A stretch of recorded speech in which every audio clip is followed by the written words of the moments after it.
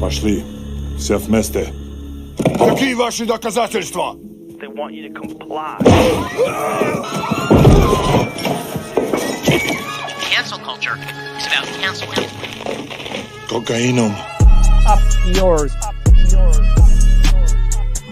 Woke moralists. Up yours. This is systematic bullying that's happening. Woke moralists. Up yours. And they believe that they can then Woke shut us moralists. up. Up yours. Woke moralists. They seem animalistic is what I mean. No, they're worse than animals. The woke mob, they ruin everything. They stop Ben Shapiro from going to events and speaking. They stop Ann Coulter from doing it. I will never surrender even a single inch of ground to a pitchfork mob. You never cave to the mob. We will never bow to the mob. Ever. No matter what. Do you see the final expression of cancel culture in terrorist groups like Up yours. We'll see who cancels who.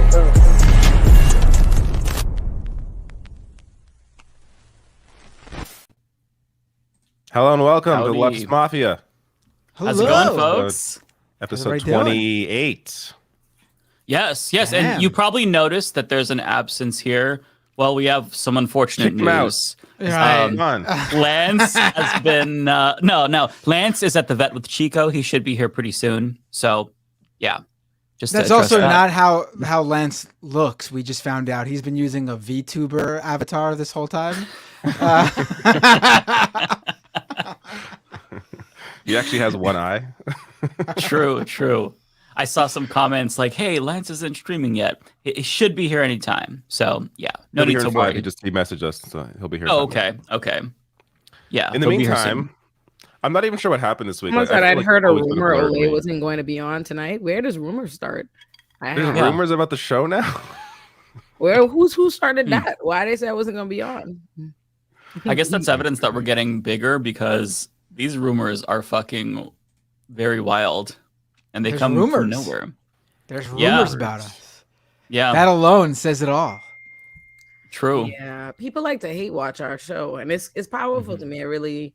I don't understand. I really do not understand. Because let me tell you something. I don't watch nobody's shit. It's been like, and I only watch if it seems like positive about me. Like I jump in on the Vanguard, I jump in on like Demon Mama things where it seems, but I never before have I decided I hate some shit and watch it religiously. Like, Right? why, my guy?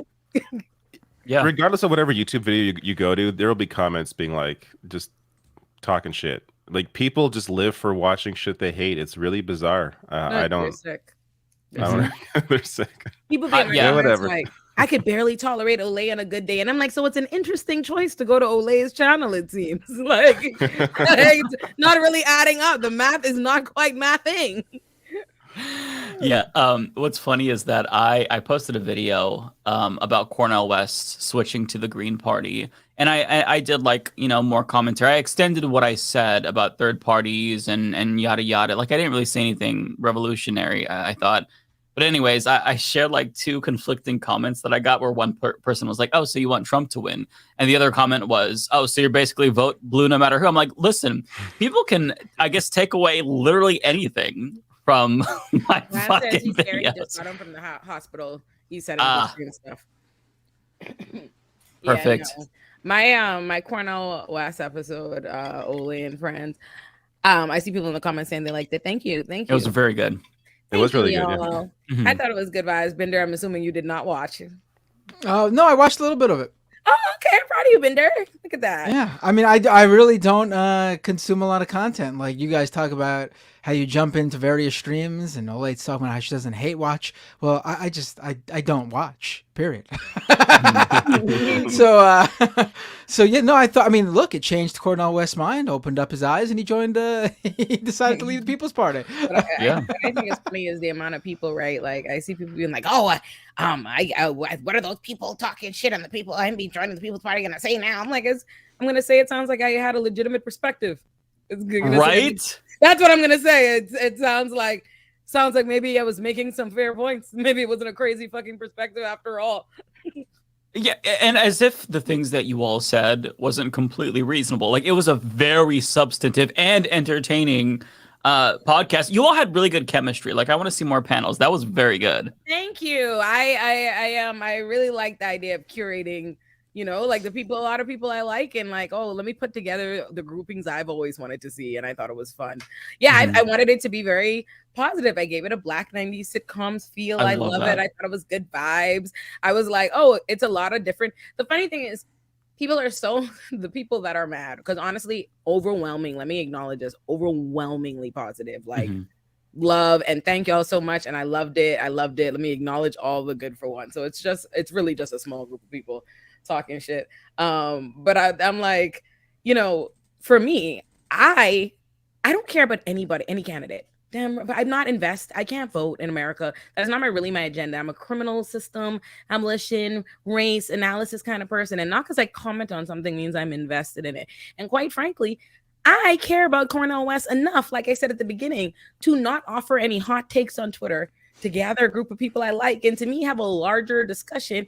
And again, I care enough to even mention whether or not I ultimately am invested in the run. I respect them enough to even mention it. You ain't seen me mention anybody. Who the fuck else have I mentioned on the show? Like, I'm like, oh, I feel like a bunch of people I respect sitting down and taking an hour and 9 minutes out of their life. I feel like that's proof that some respect is very much so had here. And I felt like it was a lot of different perspectives. People are just not accustomed. I think if they're not fighting, if it's not a fight, if it's not innately adversarial, some people cannot discern that there are different perspectives being offered here. And it's really, no one was trying to pretend to be, no one came in like, I know all, and this is my staunch position. It was like, I don't know. Let's all talk. Let's share things, and let's see where we get to. And that's what it was, a discussion amongst friends. And the people who are mad about that it wasn't a debate and a fight, I called the segment Olay and Friends, as to denote friendship. So I don't know why you think I would be fighting. I believe it or not, I don't like that shit. I like the idea of showcasing different Black talent and you see, and also just showing that, you know, things can do well and things can perform without being like drama farming and fighting and blah blah blah. You can see people just like each other and like dynamic personalities and have a good time. But you know, child, it ain't for everybody, whatever. How are y'all? Well, since we're on the topic, Cornel West, yes, has switched to the Green Party now. What are your thoughts? What are your general thoughts? I know this could be like, you know, if I don't want this to be an hour conversation, because honestly, I don't think it's all that important. He's not going to become president. I hope that's very clear. Wait, like, hang on. What are your general thoughts of even just, is there, see, my opinion is, I think if he wants to have any impact at all, it would be to try and run against Biden in a Democratic primary. I still think running as a Green, it's a more legitimate party than the People's Party, obviously, because it's an actual party. But it's just what I guess my question is, what is ultimately his goal here? What is he going to accomplish? I said that last week, and apparently it caused a lot of trouble for Olay, where people were putting my words in her mouth. I stand by what I said, that I do think it's more legit, obviously, for him to run on the Green Party ticket, and you'll get no complaints from me in terms of like him running third party on the Green Party ticket like you would the People's Party. But with that being said, I do think he would bring in have the biggest impact. That's what I want to say. Have the biggest impact if he did run in the Democratic Party. Because he would clearly, I think there would be a movement behind him. I don't think it would be like Marianne Williamson running, or no shade to her, but it just is what it is. She's not a movement candidate.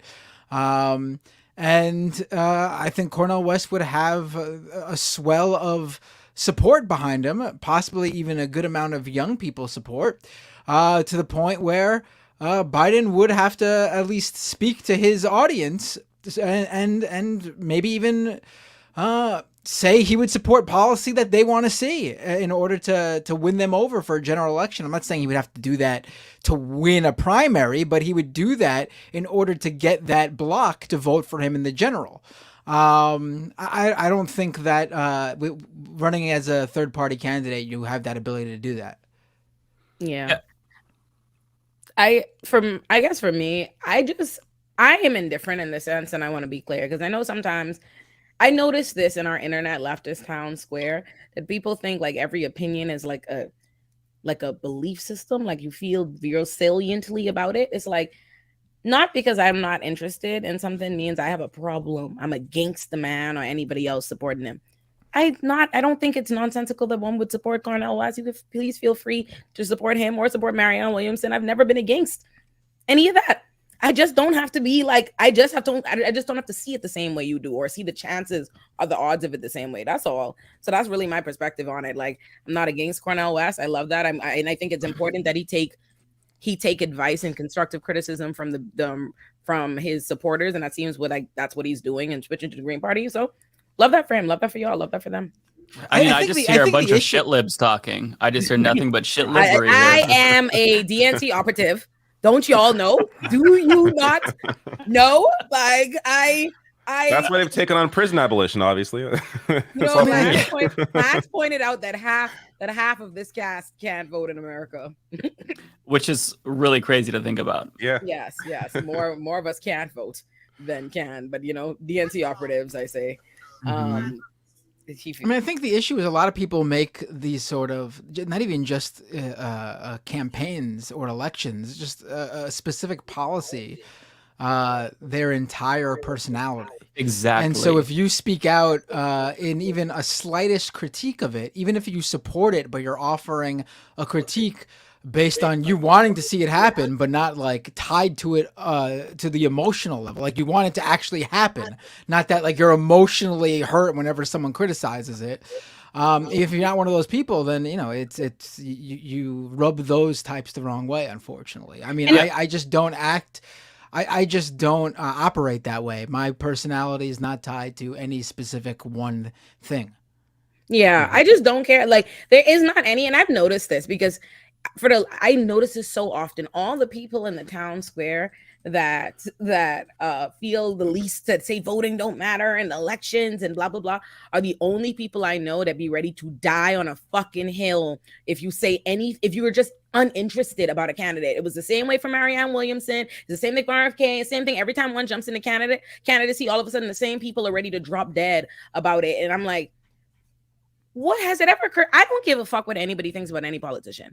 I don't care. There's nothing anybody could go say about Stacey, AOC, the squad, or whatever that Olayemi is going to be personally offended about. Please chill the fuck out. You gotta pick one. Either it matters, either it's the end all fucking be all, or it's not. But you can't be like, oh, elections don't matter. These politicians are all this, blah blah blah blah blah. But then simultaneously, every time you like somebody in the race, that's the true mark of the beast. Ooh, all the real leftists gotta be fucking down. Like, relax, my guy. Yeah, and fuck on out. It's so important to note that there's going to be two factions on the left that always exist, right? There's going to be the faction that is, okay, you know what? I'm voting for harm reduction. I'm going to vote for Democrats, even though I don't like them. And then there's going to be the other faction that is going to vote third party no matter what. I feel like I'm hearing an echo. But whoever's not wearing headphones, it's probably me. Okay. Turn your volume down a little bit. I'm just gonna put in my headphones. Or put headphones on. There you go. But basically, for a second, I thought Ole was just gonna be like, "Yeah, it's probably me. Deal with it." I'm not. She didn't move. She was just like, "Yeah, it's me. Fuck this audio." No, but I feel like for me, I hate that there's like this. You have to jump in one of these camps, and you have to hate the other side. And this is kind of what I saw when I posted my video about Cornel West. And look, here's what I'll say. I don't feel strongly either way about any of the candidates running this time. First and foremost, my heart has been broken way too many times. So to even if I really liked a candidate that I thought could win, it'd be difficult to get myself there emotionally speaking. But I mean, that's not to say, like, I feel like this whole this screeching about, oh my God, you're vote blue no matter who. Oh my God, you want Trump to win the election. This is such an unnecessary battle because first and foremost, every single election cycle, there's going to be the Greens, right? There's going to be the Greens and the Libertarians. And so long as they both exist, then they kind of cancel out each other's effect if you're worried about the spoiler effect. There's also a lot of other benefits to third parties, in my opinion. So people who vote for third parties, generally speaking, I think they probably wouldn't vote anyway. And so if they are voting for someone who they like, then that could also help down ballot Democrats. For example, like my mom, she voted for the first time in her whole life for Bernie Sanders back in 2016. And once Bernie had dropped out, she was just kind of like, okay, I'm done with politics. But I convinced her to at least vote for like third party, vote for Jill Stein. And then she voted for the down ballot Democrats. So there's this benefit there as well. But also having said that, though, and I'm both siding this, I don't like that, but I'm going to do it anyway. For people who vote in swing states for Democrats for purposes of harm reduction, that is not insane. That is necessary. Hey, Lance. You got the stain out. Very nice.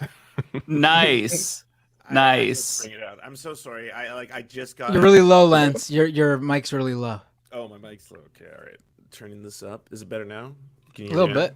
A little bit. All right, hold on. Max it out. Okay, how about now? Mm-hmm. Is this good? Yeah. This is too maxed. A little bit better. It's still actually pretty low. It's still probably Yeah. low. Oh, You can go in the settings in Nice Streamlabs haircut, Lance. and Thank upload you. the- Looks good. I appreciate Yeah, it. very nice. All right, thank you. I'm wearing the Rational National. I have a neo-Nazi haircut and trying to turn up the mic, and it's not working. I like it. That's just like a guy's haircut. That's just every single guy has the same haircut. You know how what is it? What's that show? The one with the dudes who have the hats that have like the blades inside the hats. I forget what it's called. Peaky Blinders, the Peaky Blinders. Every single one of the Peaky Blinders has like that fucking, this kind of a haircut. But I'm like, it looks very neo-Nazi. Whenever I see it, and like he finishes, I'm like, this is a little too neo-Nazi for me. Jesus Christ! So you're like, that's what I want. Go to the barber. Give me the neo-Nazi. Yeah, please. Yeah, I kind of have that a little bit too. My fade is, it's growing out, but I have it a little bit too. So, yeah. People are ridiculous. It's just a haircut. Like, It's good to see all you. I missed you all. I love you. Sorry. Yeah, I don't do the we I don't missed I don't do the fade at all. So no one will ever you mistake just me. grow your hair. Yeah, I Have just you never just, done a fade ever? Like never do a fade. Not, No, really. never. Put you don't get Never. like the bowl on top. With You'll never see. clips? Nope, you'll never see me with hair like that. Nope, not happening. I hope I get occasion to style you one day, Bender. 'Cause just now when you said that, I looked at you, I like zoned in on you, and I was like, I see how I can change this. Like, I have a vision. Like, I can fix this.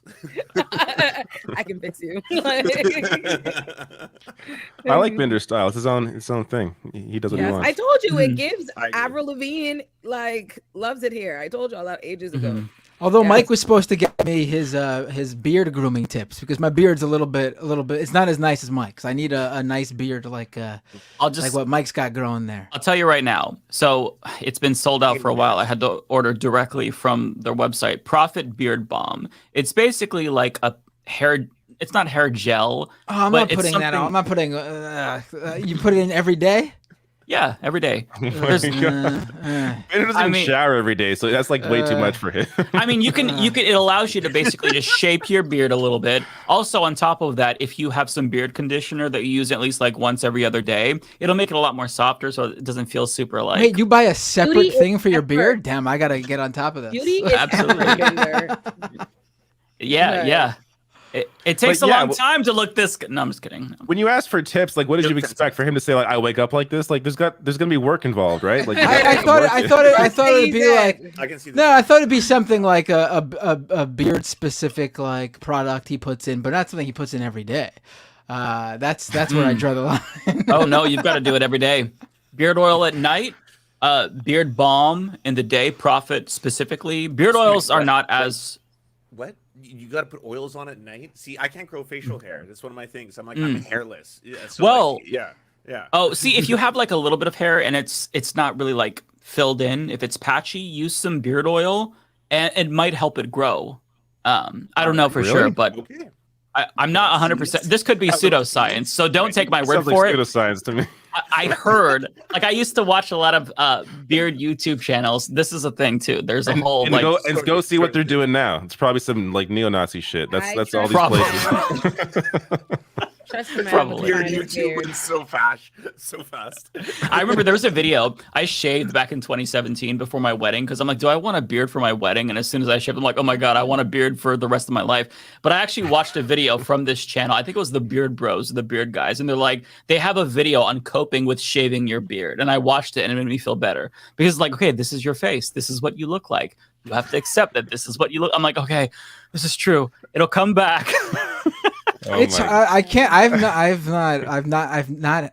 I've not had a beard for a very long time. I don't know what I look like anymore underneath it. Same. Yeah, it'd be weird. I don't know. I've asked my kids actually. I've asked my kids, "Do you want me to shave?" And they're like, "No, don't do it." They're not curious. I'd be curious. I cut my hair. I cut my hair in like the summer of 2015. Like I was convinced I was the baddest bitch alive. Like, yeah, I definitely could do this. Cut my hair off. Quickly realized that my boobs are bigger than my head, and I look crazy without a lot of hair on my head. The contrast. And when I say to you, that's a fantastic sickness, sadness, so much sadness. I was in the group chat to my sisters, like, oh my god. Oh my god. I'm like you know what it is too? I'm ridiculous. I would like worry that like I remember a guy was in Pittsburgh and I look good, whatever. I was in Pittsburgh and I was at a bar and this guy like was trying to holler at me, but all I kept thinking is he gonna tell his friends he bagged that bald head bitch. I'm like, no. Oh my. I was like, no fucking way. No fucking way. I need a wig at once. I need a wig. It's funny you say that because like when I shaved my beard, I realized how weak of a chin I have. Like you'd expect the chin to be my chin is like right below my lip. Like I've got the most beta male chin ever. So seeing that really made me realize I can't exist and have any level of confidence without the beard. I have to have it. You are the alpha of the show, though. Like you have the most dominant beard. It's incredible. Like, I'm sorry. I don't know if I would call myself the alpha, but I am proud of the beard. It takes a while to cultivate. I've seen old YouTube videos of you, like some of your early ones, where you had like a really short. If you had a beard at all, it was really short, and you look great. You look fine. Like your chin is fine. Don't be self-conscious. What's weird about these old videos is like some of like Jimmy Dore's audience will like hate share them, like this shoe or something.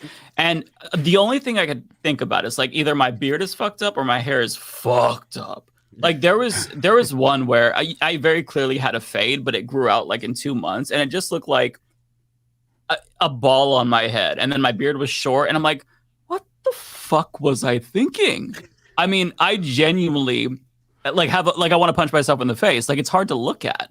But then again, like a year from now, maybe I'll think that about myself. Who knows? Yeah, and like the funny thing is, no one notices this stuff except for you, right? Like you're focused on like how you like. I'll do the same thing. I'll find old videos or whatever and see like, oh my god, my hair looks terrible or whatever, and I'm the only person that's gonna notice it. Like no one else is gonna notice it. It's just one of my videos on my my YouTube, my Angel Reese video, I look just like the Cowardly Lion from the Wizard of Oz. I don't know why that's true, but I do, and I do. Oh, lads, look at it. I have no idea why. I'm gonna look right now. No, look, it's given. Like I don't know how the colors are coming together, but every time I see it, I'd be like, oh my god, it's Wizard of Oz ass bitch.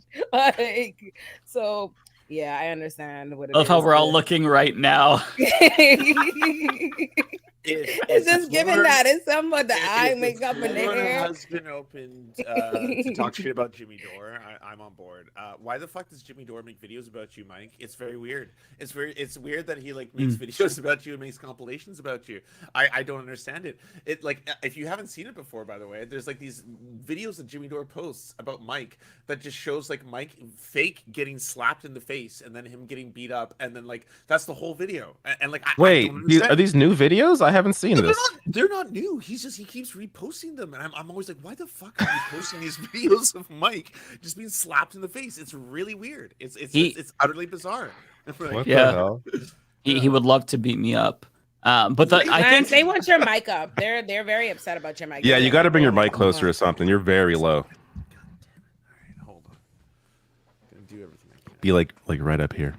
Hey guys, what's up? I gotta have mine really far back because I. This is better. Is this better? Can you hear me? It's definitely better. It's a bit distorted, but it's louder for sure. Okay, well that's not good. All right, so I'll turn this down. Yeah, what's going on with your mic, Lance? What did you do? Yeah. I literally just got back. Like I had to drive my son from the hospital. He's there. He's alive. You know. So there's that. Okay, I'll sort this out. I'm sorry. All you gotta do is do it in the software. Go to settings at the bottom, and then just up your mic level. Okay. Under audio. Yeah, leftist audio. Every time. Every time. Anyways, Cornel West. Mike, you were saying something about Cornel West. 20 minutes ago. I was basically saying that like people need to just like stop overreacting to this whole argument. It's been contentious for years, and there's no reason for leftists to hate each other over it. Like if you're voting out of harm reduction for the Democratic Party in a blue state, that is exactly what I would do. I think that's rational. It's to stop a fascist takeover and a trans genocide. So there's no harm or no reason to shame people in that. But I mean, like people who live in like deep blue or deep red states voting for a third party, it really doesn't matter at the end of the day. So I think that some liberals really overstate the issues with that. So yeah, I kind of want people to all agree, either come together or shut the fuck up, like one of those two things. That's basically my stance here, because I'm sick of this debate. We've been having this discussion for how many fucking years now? I mean, I've done countless videos and no motherfucker's happy. I mean, if you disagree with me, that is perfectly fine. The one thing that I ask, especially with regard to our last episode, is when you quote us, make it an actual quote and not like some random thing you made up. Like somebody, Olay shared something about we called Cornel West turfy. We did not call Cornel West turfy. Excuse me. Like just argue. Olayemi got so much smoke. Yeah. So much smoke. Like, argue with us, not the straw man. Let me just be clear. Y'all don't want it with me, first and foremost. Let me just say that. All right.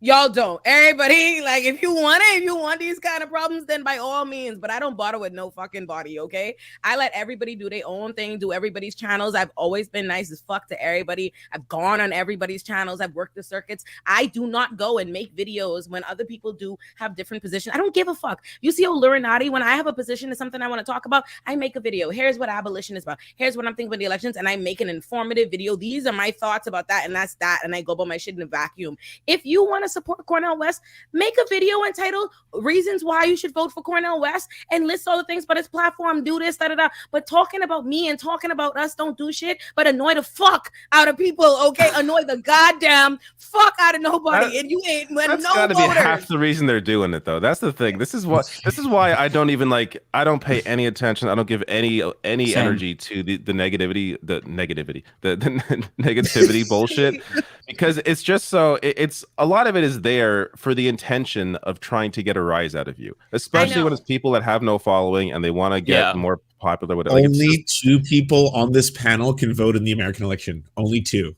Olay was mentioning that earlier. Yeah. So all those haters out there are gonna really have to start working for my vote. To be quite frank, right? You gotta get to work. It's all about that. You gotta get to work. Try to swoon me. Between me and Matt, the only two eligible voters, who's going to go full shitlib and full Trump, by voting third party? Which one of us, Matt? Yeah, what if do you think? If you want me to vote for the candidate of your choice, you got to send me a nice subscription box in the mail. I would like some. I like it. They got to win you with Superchats. That's how they win you over.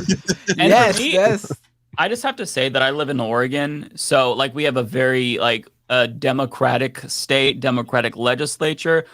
My excitement doesn't come from voting for presidential candidates or even congressional candidates, because I'm in a very deep blue district. I vote for ballot initiatives. That's what drives me. That's what I'm excited about. So it's going to be Biden versus Trump probably. I'm excited for the ballot measures, right? We decriminalized all drugs last election cycle. Our state is great. So that's what really kind of motivates me. So the whole candidate stuff, I'm kind of just exasperated from electoral politics in general. So that's my honest opinion. I know people are disappointed that I wasn't more excited for other candidates like Marianne Williamson and Cornel West. I love both of them. I think that they're wonderful people, but just personally, it's hard for me to get excited. I'm very cynical and doomer at this point. So I hope people can understand.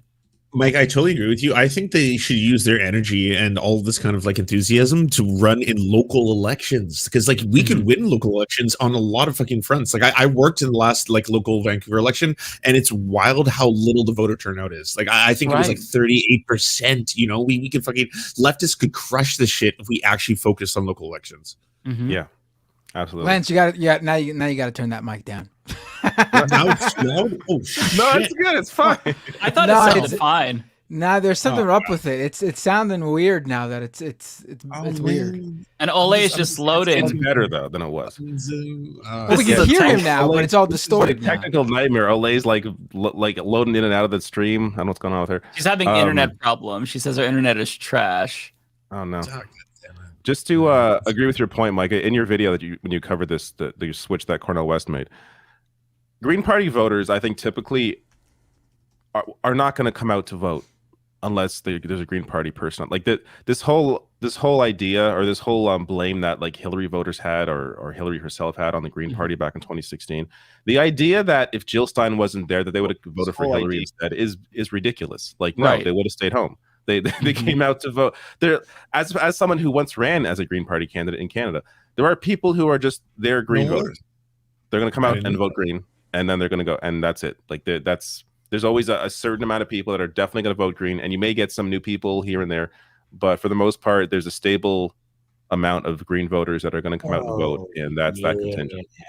Yeah, exactly. Okay, so David, I know you get a lot of hate for your chat, but I want to give a shout out to your chat for making this incredible comment. The stream is turning into the DeSantis fucking launch, and I was like, that's a good call out. This is the DeSantis fucking Twitter announcement. The difference being he has billionaire backers and we don't. we have no money.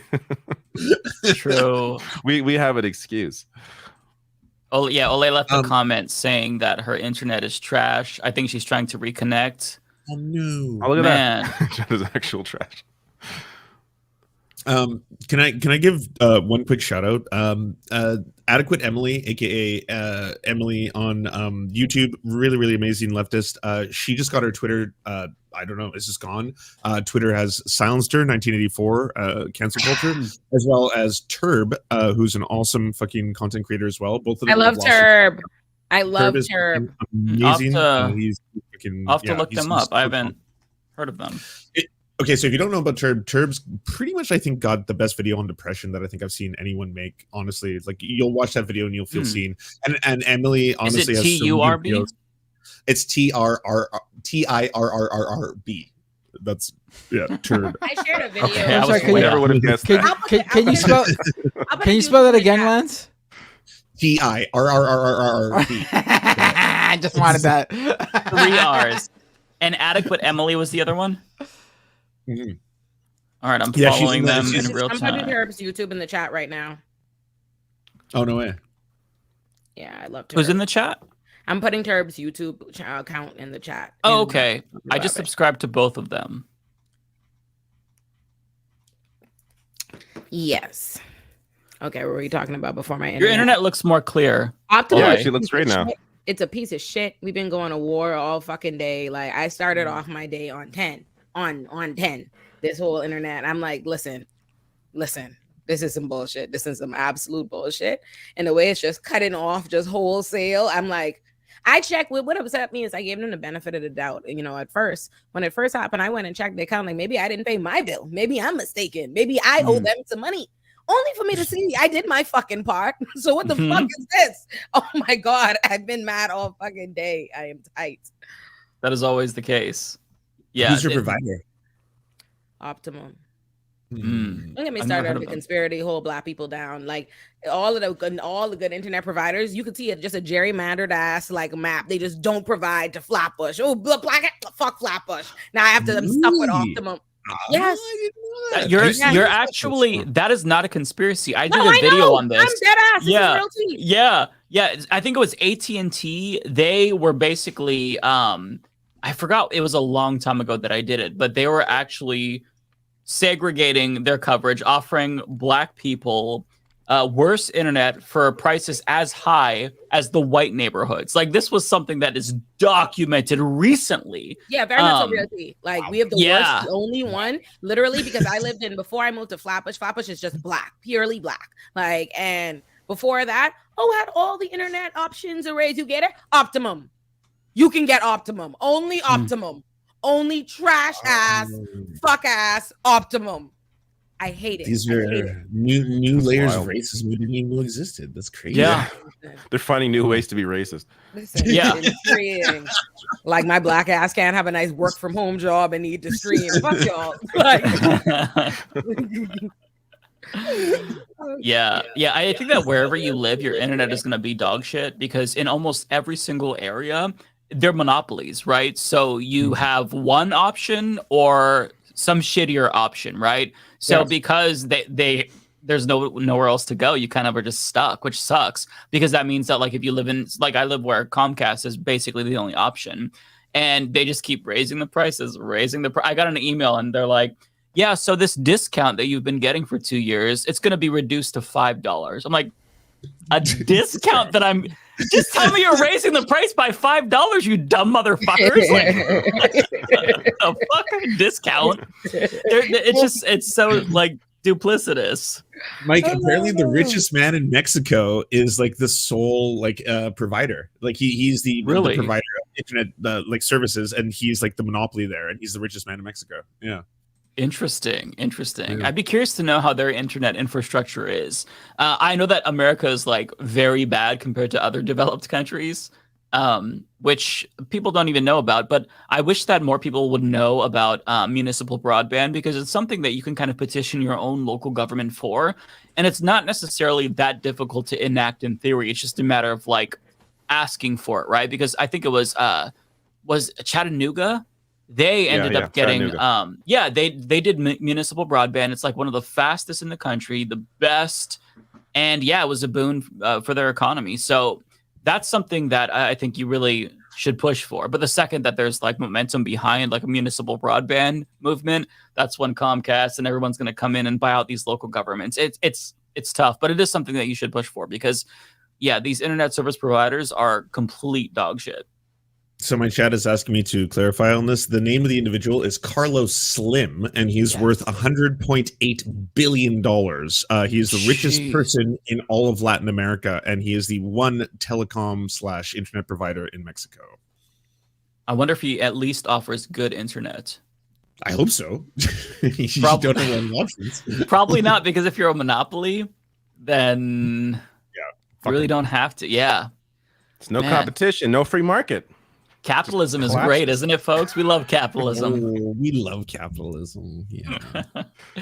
So what else happened this week besides the Cornel West I don't know. stuff? I feel like this week kind of went by in like a blur for me. Like, I don't even... What? Yeah. Trump got arrested? That's the thing. Oh, yeah. Was that this week? That was this week. That was like Thursday, wasn't it? That was like Thursday. Hey, happy Pride! Trump got arrested this week. There's so many good things. Come on, yeah, he was arraigned on Tuesday. That's right. Yeah. I want to say. What else? Like, what did I talk about this week? I don't even remember the videos that I posted. This week has been a blur for whatever reason. You too, both of us. Yeah. Garth Brooks is cool. Oh, right. I watched your video on that. I learned that from you. I didn't know Garth Brooks was cool until that. Yeah, I'm glad I came across this because I grew up loving Garth Brooks. Like, he was like, country music was my dad. He's big into country music. So I grew up like listening to a lot of country music, and Garth Brooks was always my favorite. And turns out he's like the one out of like 3 country music people who are actually cool. So that was it was really good video. to see he came out in support of diversity. An actual quote, he says he thinks diversity is the solution to our problems. And this goes to him getting backlash for serving Bud Light at his bar in Tennessee. So the right wing is still freaking out about Dylan Mulvaney having a single sponsored post, who's a trans influencer, a single sponsored post on Instagram back, was it a month ago, 2 months ago now? They're still freaking out about this. And so Garth Brooks is getting a lot of hate for still selling Bud Light. And he's like, hey, I love diversity. And then he also goes on to say that it's also a business and people like Bud Light. So, like, what's the problem? So, yeah. And then on top of that, I also learned that he canceled on an Ellen DeGeneres appearance because of the strike. So in support of the striking workers, he's also a union man, pro-union, pro-trans. This is a country music idol here, a legend, and here he is blazing trails. Really good to see.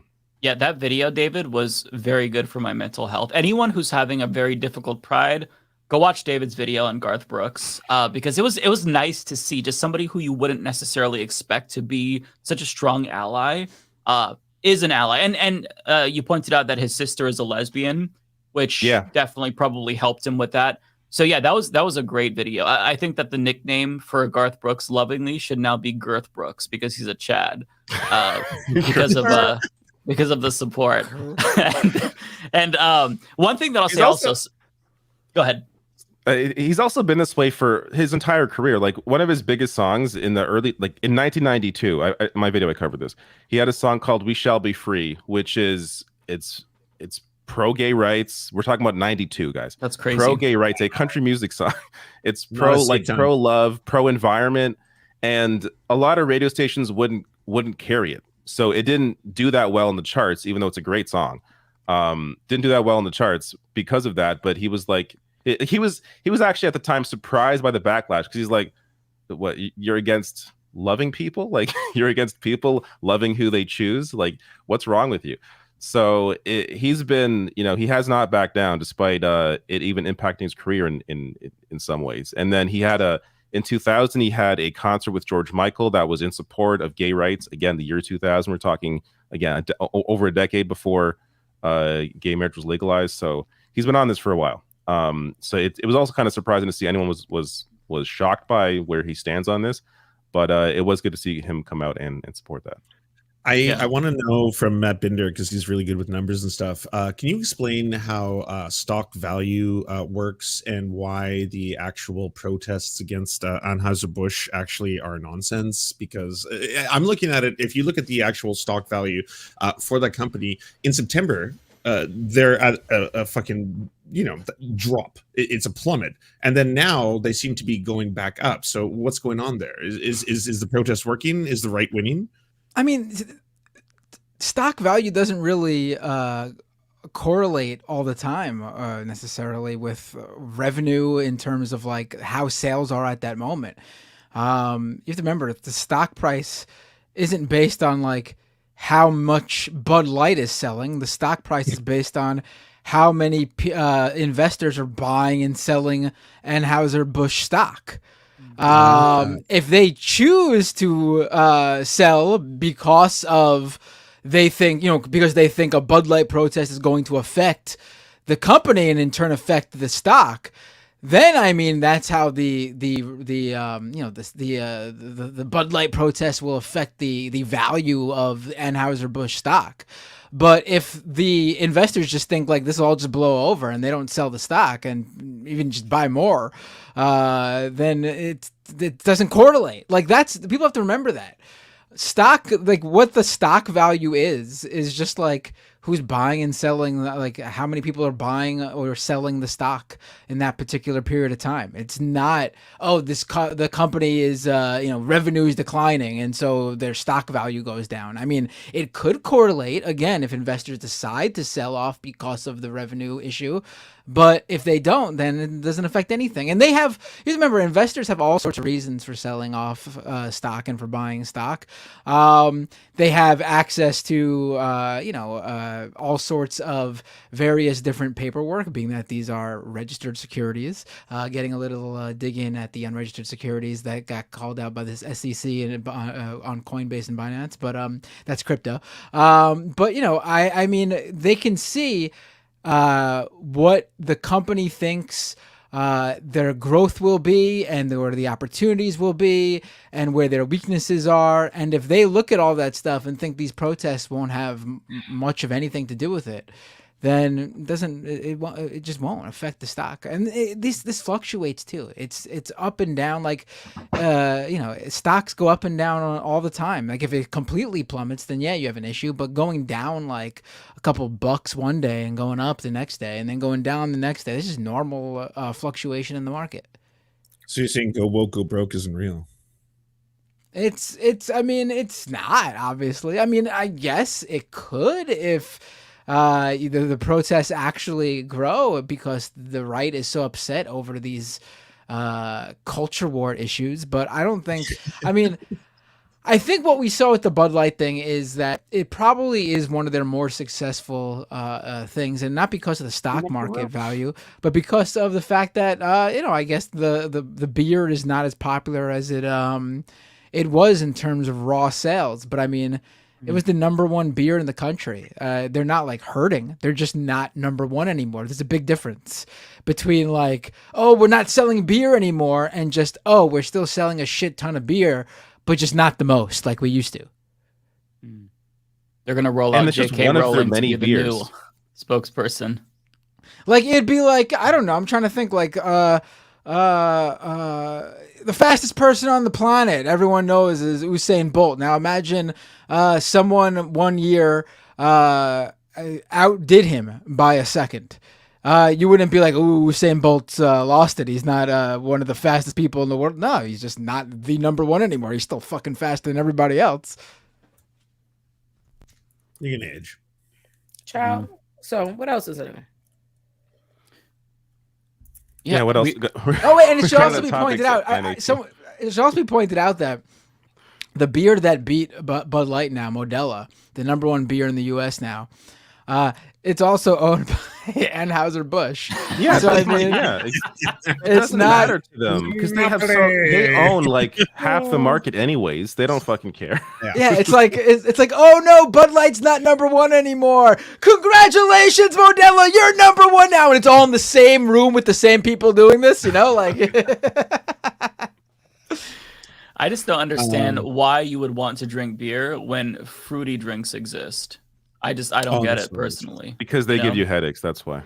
Beer I get less headaches from beer than sugary drinks for sure. That's a good point. Okay, yeah, that's a really good point. As I get older, I can't tolerate liquor as well, and I think the sugary vodkas that I drink are probably not helping. So, okay, that makes sense. Good answer. Also, I don't really care about how the alcohol industry does. So if the right wants to take them down, feel free. If the right wants to go after Lockheed Martin for their pride float, please go after Lockheed Martin. Take on all these companies, please. Right. Oh, and please take on Disney. You guys saw that poll that survey that came out today? Disney's doing fucking stocks, Disney stocks, just in terms of like what everyone thinks about the company. Oh, everyone loves Disney. Everyone hates DeSantis, though. Yeah, this was an amazing. So a national survey from Navigator Research. They polled people. They polled people in every month in terms of the favorability of various companies and politicians or whatever. And so the favorability of Disney in May of last year, May 2022, was plus 32. 63% was favorable for Disney, 32% unfavorable. So it was a plus 32. Fast forward now to June of this year, more than a year later, it's basically the same. It's a plus 31. They lost a point. Oh, well. That could just be, the plus and minus, it happens. With Ron DeSantis, though, back in November of last year when they polled people, he had a plus 2 favorability rating. Fast forward now, what is it, like 6, 7, 8, about 8 months? Negative 16 favorability rating. More unfavorable than favorable. 48% of people surveyed have an unfavorable view of Ron DeSantis. I mean, he basically got blown away by Disney. Right. Yeah, he got... That's beautiful. Yeah. I mean, listen, people... Disney is winning. That's why the right is so detached from reality. We on the left, we obviously have our critiques of companies like Disney from a leftist perspective. But it's more of a critique of an overall corporatist big major company corporation not paying enough taxes, copyright law, extending copyright. Like these are legit issues, but like we're not going after Disney for their content. No. But like the right literally thinks that the country is turning against Disney when they went to war. And like, I don't know if you guys talk to anyone who's like outside of the political bubble, but like people generally like Disney. Like it's people like the vacation destination for families is Disney World. If you talk to normies, they don't understand this. Normies are just like, what the fuck? Like, wait, what's the culture war? And it's like Disney is woke. And I was like, well, it's kind of awkward because like Disney basically has these like random like small gay characters now that can be edited out of like international sales and stuff like that. They're kind of trying to have more like representation, but otherwise like. I can't explain it. I can't explain it to normies. I can't normie like say what is going on right now.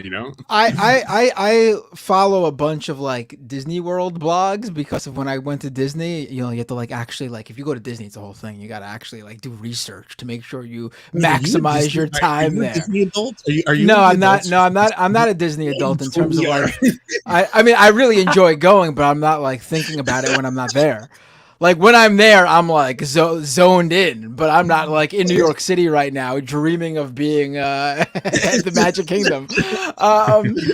But like, it's amazing to see like the only time like I really saw like the hardcore Disney fans like go after Disney, the company, over like the past like year or two, is when they were actually defending the like workers who wanted Disney to pay them more, and there was like a strike or something, and that's because, and the reason why is because they love Disney so much that they realize that the Disney cast members at the park are the reason why their Disney experience is so great, and they feel like they should be compensated for making the Disney experience so great. So that's like how hardcore people love Disney, that like the only time they speak against the company is to thank the workers for maximizing the Disney experience. Like, you're not gonna take down Disney, and I think it's backfiring on them big time. Yeah.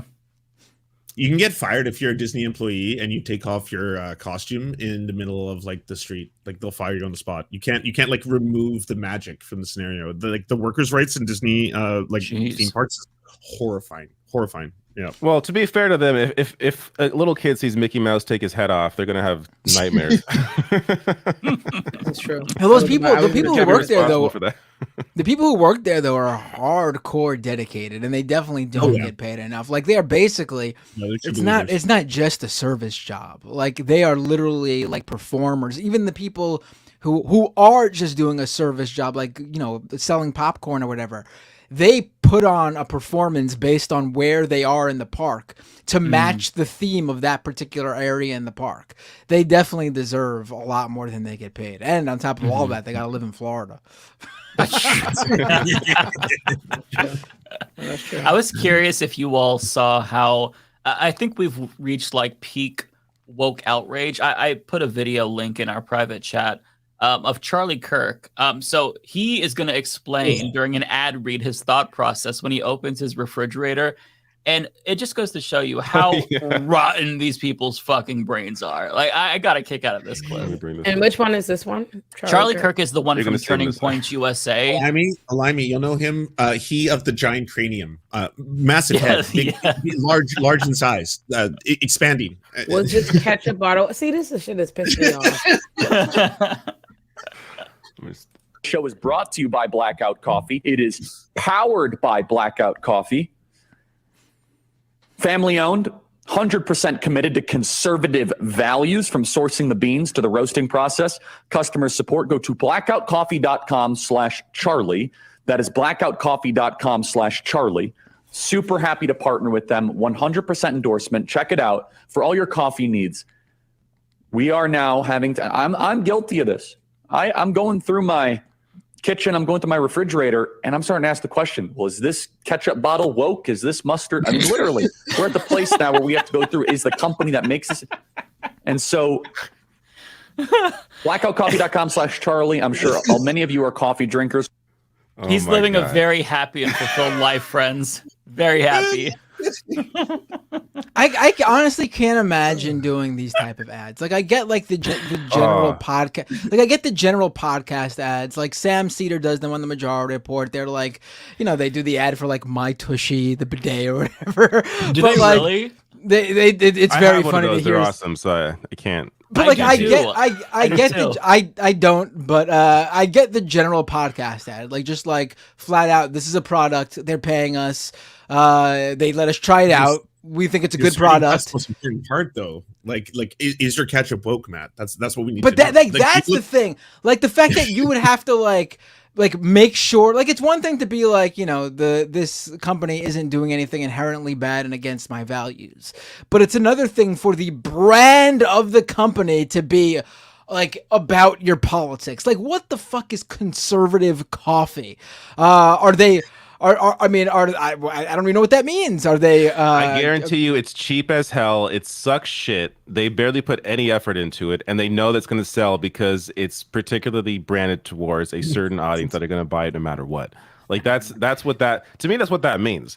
Is they know it doesn't matter what the fuck's in there because these people are going to eat it up. If they're going to buy it, it's because it's on Charlie Kirk's show or whoever else it's on. You're all skirting past the most important point. Are you all haunted by your condiments? I feel like he's haunted by his condiments. Like he always afraid. To me, that's just him putting on a show. Like he's like Charlie Kirk is one of these guys. He knows he's full of shit. He 100% knows he's full of shit. So it's part of the act. Like it's just I'm doing this thing now, or I'm looking at my condiment today. I'm gonna bring this tweet up from him because I think I retweet it. I think I did.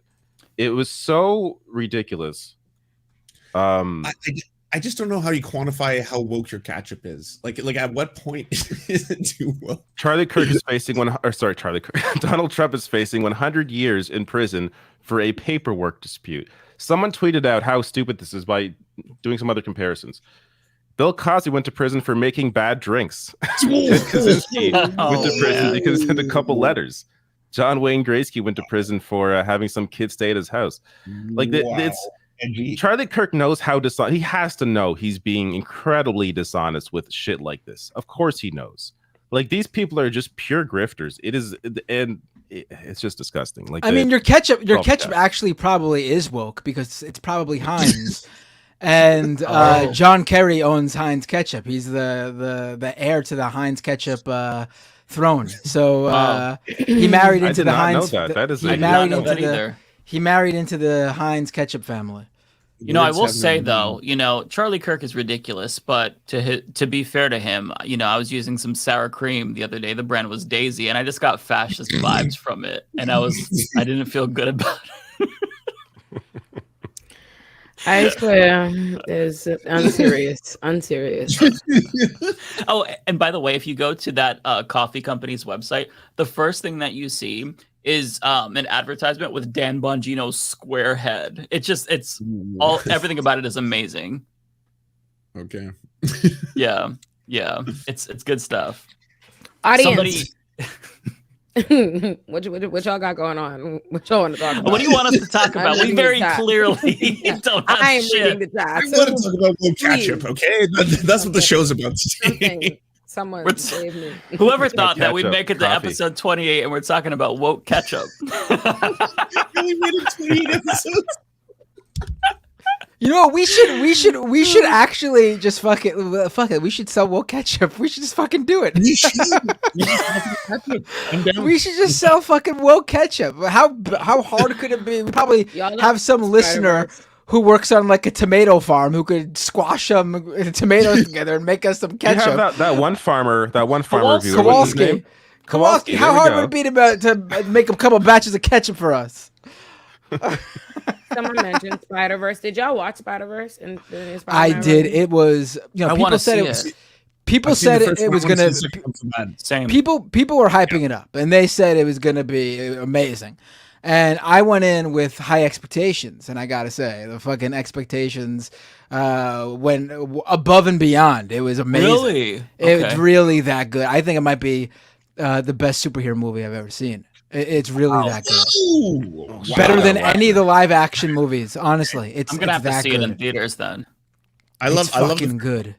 I love the first one, so I want to see the second one. They really get comic books, Spider-Man the character, all the Spider-Man characters. Really, they get Peter Parker, they get Miles Morales, they get Gwen Stacy, and she's trans in this. Well, I know that's up for debate. I think it's they want to keep it up in the air. In my opinion, she's not Gwen Stacy's not trans in this, but her storyline is an alliteration. And it's supposed to, she literally has a flag up in her room that says protect trans kids. Trans kids.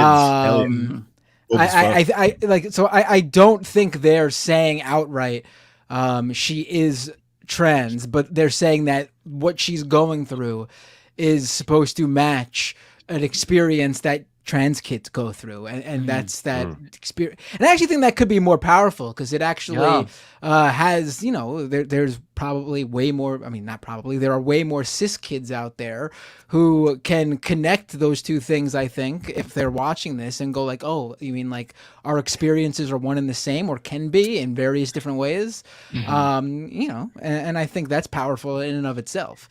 But yeah, there definitely is amazing. I would definitely go see it. Did you watch the first one or no? I hated it with all my heart. Oh, really? No, why? Yeah, I'm gonna let y'all have. I've decided to let everybody have things. I saw somebody in the chat say, "Oh, FT made a video about how it was propaganda." Yes, your girl was the one live angry texting the Discord about how it is. I've heard propaganda in both directions. It is the most sickening level of really. The last time I will give it this. I'm not saying it's a bad movie. I said I hated it with all my heart. I am not saying it is a bad movie. Let me be clear. I'm sure the people enjoy it. Beautiful, beautiful animation. The soundtrack was nice. I'm sure children will watch it and love it. And that's why the propaganda hurts that much worse. So I hate it that much more. But I fucking hated it. And I'm not going to go into it. I don't got the time and energy. I don't feel like it. And I don't want to ruin it for people. And then there'll be people bitching and moaning in the comments, whatever. But I will say this. The last time I was this outraged in my skin in the movie theater was 2001. I was 8 years old. I was watching Osmosis Jones. And I told my Grammy, get her things. Let's go. I said, get your things. Get your things. Wait, so the main thing you didn't like about Spider-Verse was like the cops? So much. Not just the cops. Not even just the cops. I could get down to the demographics of. Don't get me started. I don't want to get started because if I get started, I have to go through the whole thread and I'm going to go back to bothering my editor about how we should do a video for this. And he's going to have to talk me off the ledge again. So we're just going to leave it alone. We're going to leave it alone. Especially because my boo loves Spider-Man and he asked me nicely to leave it alone. So I'm going to leave it alone. I will say, like, I sort of like, I see what you're saying. Like, obviously the cop characters, both Gwen Stacy's father and Miles Morales' father. Don't open the door. I won't stop if you open the door. Binder. No, but but we should, because I think people are shocked at your takeaway of this movie in the chat. Yeah, I'm sure people haven't seen this movie. You're gonna get grief. I don't find it that as long as we don't spoil it for anybody. It's I'm not gonna spoil it for anybody, but I think the issue here is that it's a major part of the comics that he obviously has this relationship with a girl whose father is a cop. I think it's more to add this challenge to Spider-Man than to make the cop seem like a sympathetic character. But also Gwen Stacy's father does do something that shows that, like, I don't know, I don't want to spoil it, but that you can't be a cop and care about your daughter who feels this way. So I'll just leave it there. Me, the daughter who then gives a speech about you're a good cop. My mask is your badge. I ought to be like you're a good cop. Wow. The dad who held me at gunpoint earlier. I know. I get it. No, I know, but it's it's the relationship between kids and their parents are weird like that sometimes. This fight. Here's one thing. Okay, to talk Ole off the ledge. The crime being in Brooklyn and specifically flashing to Bushwick, Bedside, Flatbush, the specific subway stations the specific subway stations in all those areas. The man swings around the whole time. The only time he just suddenly stops swinging just to take the subway in fucking Bed-Stuy to be stopped for crime, to stop the crime. And then his dad's running around Brooklyn like, oh, we just need more resources, more help. Oh. I want to see this movie so bad. Don't get me fucking started, because I could listen. I was in that movie ready to die. I went with Alex. I went with Alex. LOL overruled on TikTok for those who know my TikTok famous friend. Alex was like, and like, listen, Alex, the PDs and us just. I look over at Alex. I'm like, I know you fucking lying. I know you fucking like the minute we had gunpoint off the rip of the movie. I'm like, Alex, I look up, I'm like in my seat, the amount of discomfort. I Google, I'm like, what is the fucking runtime on this movie? I see 2 hours and 25 minutes. I said, Jesus Christ. Oh, fuck. If Alex had not bought this ticket, I would have been out, my guy. I was in there like, damn. Oh my fuck. God. Listen, I don't know what movie Olay saw, but the movie's great. You should go. Yeah, of course. Superhero movie you've ever seen. That's what you said. So I can relate. Listen, to anyone. Olay. Let's put it this way: anyone who saw both this movie and Little Mermaid with that fucked up looking flounder and. and comes out thinking the Little Mermaid's the better movie. Automatically, I didn't say it was a bad movie. I said it was a bunch of okay. That's true. That's I said true. It's a good movie. I'm sure the people enjoy it. I never said it was a bad movie. It's not a bad movie. Olayemi Olurin, fucking hated it. That is what I said. It is a great movie, brothers. Everybody I know who saw it is like, oh, it's amazing. It's amazing. And I'm sure Alex would have enjoyed it more if he weren't sitting next to me. But he was. So I don't think I've ever heard anyone ever say that movie was fucking amazing, but I hated it.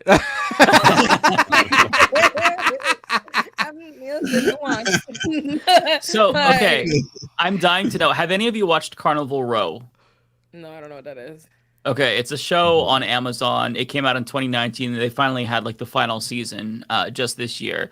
So the whole show is basically about fascism and how fascism is horrifying and bad, but it's like a magical thing, right? Where the fascists are taking the ferries. Pause. Let me just say this. Hold on. I got to say this in the comments. It's actually not a minor thing. You think it's a minor thing because you're not a propaganda expert. It's actually not a minor thing. I could take the time, and I maybe eventually will, the minute it is available for me to purchase the movie and walk you through every fucked up thing and dynamic and racial analysis happening in that 2-hour, 25-minute movie. It's not minor. That being said, I am not trying to stop people from enjoying things. That is not, don't go out there saying, oh, I hate Spider-Man. I don't. I like Spider-Man. And I've liked all the other Spider-Mans. Okay. It's just me and the Spider-Man have beef. Yeah. Okay. But I don't mind. It's a good movie. It is a good movie. I just hate it. Okay? It's hard to separate the art from the political message sometimes. And that's the problem that I had with Carnival Row. Because this series spent so much time showing you how scary the fascists were. And minor spoilers for anyone who wants to watch it. Only for the end of the show, for them to team up with the fascists against the communists who wanted to liberate them, with the ending message essentially being, if we just convince these fascists that we're people, everything's gonna be okay. But fuck those communists. Yeah, the communists who they were trying to portray as like very scary because they killed some elites. It's like, the fascists had you all imprisoned for an entire season in this one area that you couldn't leave. And they killed you, they beat you. But as soon as the communists come, no, we've got to team up with the fascists. It was mind-blowing. But having said that, though, I relate to Olay because the show itself was entertaining. Like, it was very fun to watch. But the political message at the end had me screaming at my fucking television. Like, How do you side with the Nazis when the commies were here to help you, but you tried to kill? What the fuck? And just the lasting scene rubbed me the wrong way of like the fascist clapping for this couple that was very so like there's mystical creatures. So there was like a rich lady with the rich puck. He has like these horns, so it's like not human. So that interspecies relationship was comparable to like interracial relationships in the United States. Obviously, like all of this is like they're trying to mirror reality in a way, but at the end of it, they kissed, and then the fascists clapped for them. I was like, what the? That's not how it works, you dumb motherfuckers. But it was a great show. It was entertaining. It be I like was that thinking sometimes. Some maybe propaganda's nice. I was thinking maybe they did it in a way where, yes, they teamed up against the communists, but it was like, see, this is why this is a bad idea. But it sounds like it was like a happy ending. Like they destroyed the communists, and then the fascists were good now. Yeah, the fascists just had a change of heart, and like they tried to give it. It has Orlando Bloom, by the way, so it's a very like well produced show, and he does great in it. But it ends with him saying like, you know, I don't want to be part of you, because he was a cop in the movie, right? And so there's also propaganda in this, in the sense that he was like trying to be this good cop, but he learns that like cops are bad, kind of in a way, right? And they will never accept him because he was half fairy. And so it kind of ends with him saying, I will never succumb to your bigoted beliefs or whatever, I'm paraphrasing, only for them to like this couple that was like had to literally leave the town because they were a couple getting clapped at by the fascist. Just fucking it's wild. Like it's straight fascist propaganda. I mean, I'm totally all fine. superhero movies go that route, though, in terms of like what superhero doesn't end up having superhero content. No, you're right, and I have the propaganda. smoke for it. Yeah. That's why I'm saying I don't think it's like you have to get rid of the thing or you can't enjoy this thing. It's just frustrating to me when it's something that's particularly it was the way it was weaved in to this Spider-Man in a way that I'm like, there's no fucking way, unless somebody is sitting next to an annoying replica of me, that they're going to see this way. And that's really what the issue is for me. I like lots of propaganda. The Powerpuff Girls was my shit as a kid, but I love stuff. I just would prefer to be somebody to be like, hey, you notice that? Which is what my little sister had, and she didn't enjoy that in life, but at least she had it. Okay. So that's my thing. Not that like, oh, you have to get rid of it. Or like, oh, it's bad. It's not one of those things. I think, sometimes what happens is on the internet is like, if you say you don't like something, people think that means you think it shouldn't be there. Like it doesn't belong or whatever. That's not what I mean. Like, obviously, I love superhero stuff. I love all kind of nerd shit and comics. And I'm probably gonna see the next one because I'm fucking with Paula. I hope he's successful. I hope he takes everybody out the game. Whatever evil deeds he has planned, I'm here for it. Get all these police. We'd have to get rid of Batman, and like Batman's he's a cop. Don't get me fucking started. Mm-hmm. Don't get me started on that. I agree with Batman's the worst of them all. He works directly with the cops. Yeah. He just beats up the poors. He dresses up and then beats up poor people. That's his entire arc. And then like every episode's like, which poor people are you beating up today, Batman? Oh well, we'll see. It was especially bad in the Dark Knight movies where like you actually find yourself ending up like, wait a minute. What Bane is saying makes a lot of sense. What the fuck is going on? I was always a kid. I was always on the side of who was. I was a defense attorney in my spirit as a child. I was always on. I watched Lion King like. So we don't feel like y'all don't see why Scar might be upset about his living conditions. I was watching. I always was like, why are they a villain? Are they a villain or are they an antagonist? I agree. It always made sense to me. I always was like, hold on now, let's examine this. Let's slow down. Because why are you saying they're a villain? Why? Because this man, he's just the protagonist. That's just his perspective. Let's get into what Ursula is talking about. Let's maybe take a big picture look. I don't know. I was like that from time. Always, they were always my favorites. Like, so I don't mind just call it out. Yeah, no, Batman's the worst. He's bad. Mm-hmm. I fucking hate Batman. He's a cop.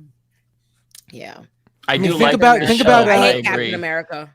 No, Captain America is the good. No, Captain America is the good one. Actually, I don't give a fuck. No, fuck all that. No. In terms of like him being the anti-cop, anti-authoritarian, like he's the one who actually ends up fighting with Tony Stark over the fact that the government wants to.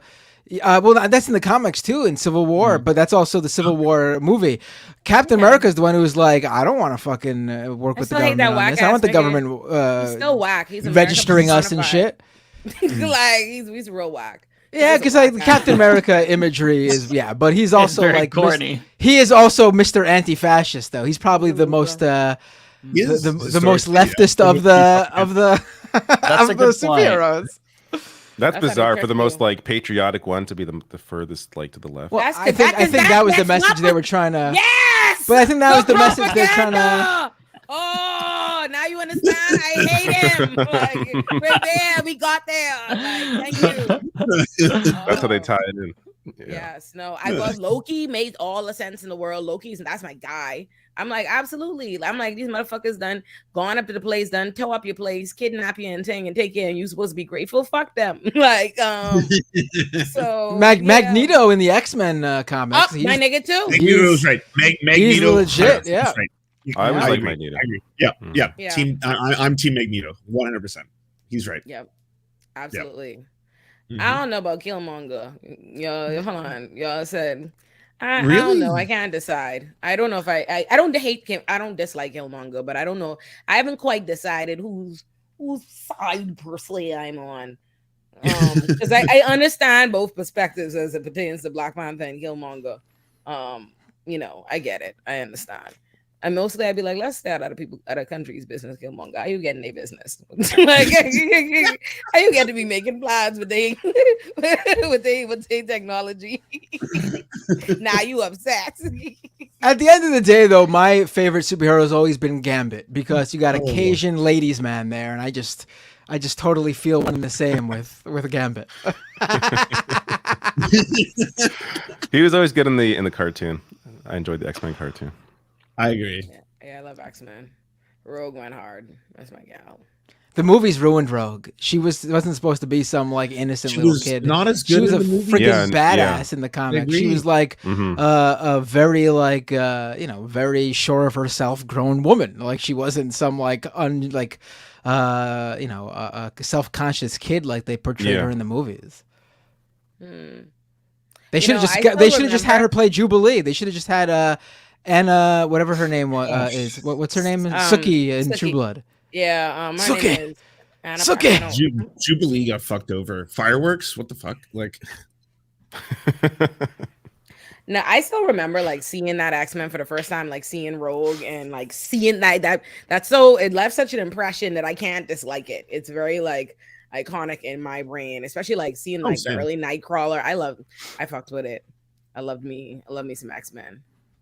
Yeah, X-Men is dope. Who else I like?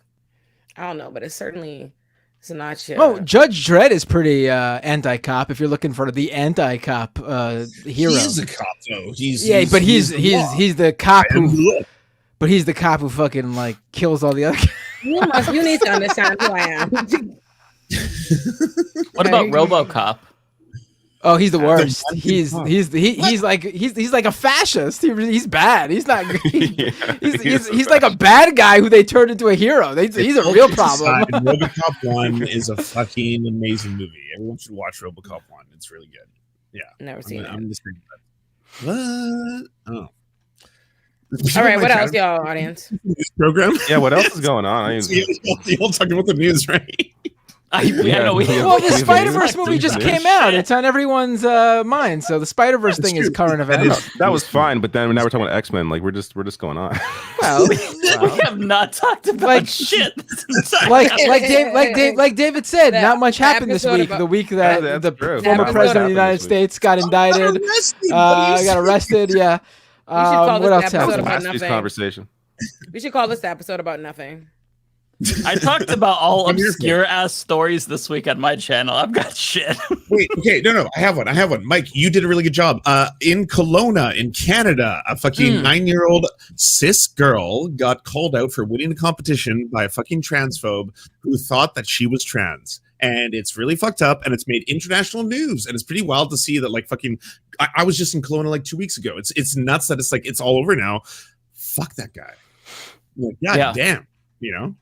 I purposely did not look at like when it comes to kids and this kind of shit. It bothers me to a point where I can't even like consume the information to cover it. But yeah, tell us, Mike, what was the story about? Yeah, so it was at a track meet or something. It was some event, and there was this boomer dude who I don't know if he yelled at the girl directly, but there was yelling because she was crying, according to her parents, because she had a pixie haircut. When it was her turn to compete or whatever, he said, "Why are they letting boys compete?" And so he then was pointing at her saying she's obviously trans. And then he pointed to another little girl with short hair, apparently. And she has two moms, right? So that's probably part of what, like, because he probably thought, okay, these are. He should have, but they did ban him from every single sporting event. But his wife then started to call the two moms groomers, pedophiles, mutilators. Where did you get that? Like, where is that coming from? Right? Like, as soon as I saw that, I was like, this is the fucking indoctrination from all these right-wing YouTubers. God they damn. would have told an ass whooping out of this world, a cut ass. They need, listen, people that these are white people. Everybody involved was white. Yes. Yeah. They should have fucked them up. This would have been, they should have beat their ass. What are you talking about? What is the point? Please exercise your white privilege, white ladies. Next time, swing on them. Swing on them. Okay, you will be A-okay. Whoop ass. Like, what are you talking about? Foolishness. Let them say what's your turn. Yeah. It's not only so fucked up. Like, when you see the photo of the dude, he clearly, like, the guy is probably taking some form of, let's just say, gender affirming care. He's quite swole. He's quite large. He may be. Or he's an old man too. He's like an old guy. He's a very old man. He's 63. Joseph Tassar. Yeah. All right. Yeah. So yeah, he's jacked. He may be taking gender affirming care in some form or another. He may be taking hormone supplements. I don't know. I'm not here to judge. I'm just saying, why are you calling out kids? He didn't even have a kid in the fucking track meet. He's just showing up there being like, oh, you're all trans, blah, blah. I was like, oh my God, this is wild. I knew this shit was going to happen because, like, there's way more cis people than there's trans people. Yep. And now there's transphobia and the bigotry is going to spill over. And now we have all these stories. Like, have y'all seen the one where there was a cis woman in a bathroom and she started filming because another woman in the bathroom was like, you have to identify yourself. What gender are you identifying as now? Like, you know, you're not supposed to be in the right bathroom. I was like, this shit is fucking wild. Like, there's investigations going on, you know, the internet and shit. Also with short hair, like, that's this woman. She said she didn't have a problem before with her short hair, but she did have a problem then. And she was harassed by a woman. This was in last May, I want to say. And all because of short hair. So now, like, if you don't perfectly align with your gender identity or perceived gender identity, then you could be the subject of transphobic harassment. Because this little girl just had a pixie haircut, and it wasn't even like a very short pixie. Like, it was like basically like, you know, it looked like it's like a common haircut. You know. Cheers. Yeah, it doesn't matter. Yeah, it doesn't matter. She could have any child over anything. You got fucking issues. Like, this is. That's the problem, and I've been saying this all along. That's the problem with cis women not realizing, like, you playing into transgender, all this transphobia and all this rhetoric designed to harm trans people, but it will expand and come to us because now you're gonna live in a world where people are they're invading your privacy and exposing you to danger, trying to figure out what your gender is and blah blah blah blah blah. And you are helping foster a world, like I've been saying it, like people need to stop caring about other marginalized people as doing them a favor and perceive it as looking out for yourself. If they come for them in the morning, they'll come for you at night. I keep saying that. Like, it doesn't even have to be you. It does not have to be out of altruism and caring about other people. You can make it purely about yourself. They gonna get them and then they gonna get you. Now look. Oh. Yeah, and this whole like phenomenon with transvestigating kids, it's scary how quickly it's growing. Like Megan Fox even had to respond because one of these right-wing politicians, I think Robbie Starbuck or whatever, he posted a picture of her and her children. She goes out of her way to avoid posting pics of her kids because one of her kids, her oldest kid, is gender non-conforming, and she just lets them wear whatever they want to wear. So they were assigned male at birth, but they wear female clothes, and she's just letting her kid be a kid. But you know, this dude posted a photograph of her with her kids online, and saying, "Oh, she makes them all wear girls' clothing and forces them to." I used to know her actually, and like so one of her kids is wearing like presumably female clothing, but the other two, like her other two sons, they just have like long hair. That's it. Like, they're not wearing girls' clothes. So they're trying to transvestigate, you know, the kids of somebody who's trying to keep her kids out of the spotlight because they're getting bullied for things like this. And this is like a very prominent conservative online. Like, it's getting scary to where like they're actually going after kids. Like, it's psychopathic behavior. I got to issue a quick correction. Apparently, the person who was being transphobic, his granddaughter was playing in the track meet. It was a grand. And chat corrected me, and I will issue that correction. Yes. I will say that the local news affiliate Castanet interviewed him afterwards, and you could tell he was so full of shit with everything that he said. Like where he basically admitted that he was transphobic, but he didn't yell. Apparently, he's like, no, I quietly went over to the school official and I asked them why they're letting boys play. It's like, okay, then why was the little girl crying then? Like you very clearly weren't just saying that. Oh, and another one crazy aspect about this story is that he wanted papers to prove that this was actually a little cis girl. Yeah, he demanded papers. And like, you keep making fun of this shit where it's just like, you know, right wingers are actually being like, I want to inspect your genitals. That's supposed to be like a meme. It's actually happening. Like, that's fucked. That's incredibly fucked. Like this is like where it was leaded. I saw this shared by Trap Queen Enthusiast here. No, it's the flags that are wrong. Like, how do these freaks not how do these people not fucking understand? Yeah, leave kids alone.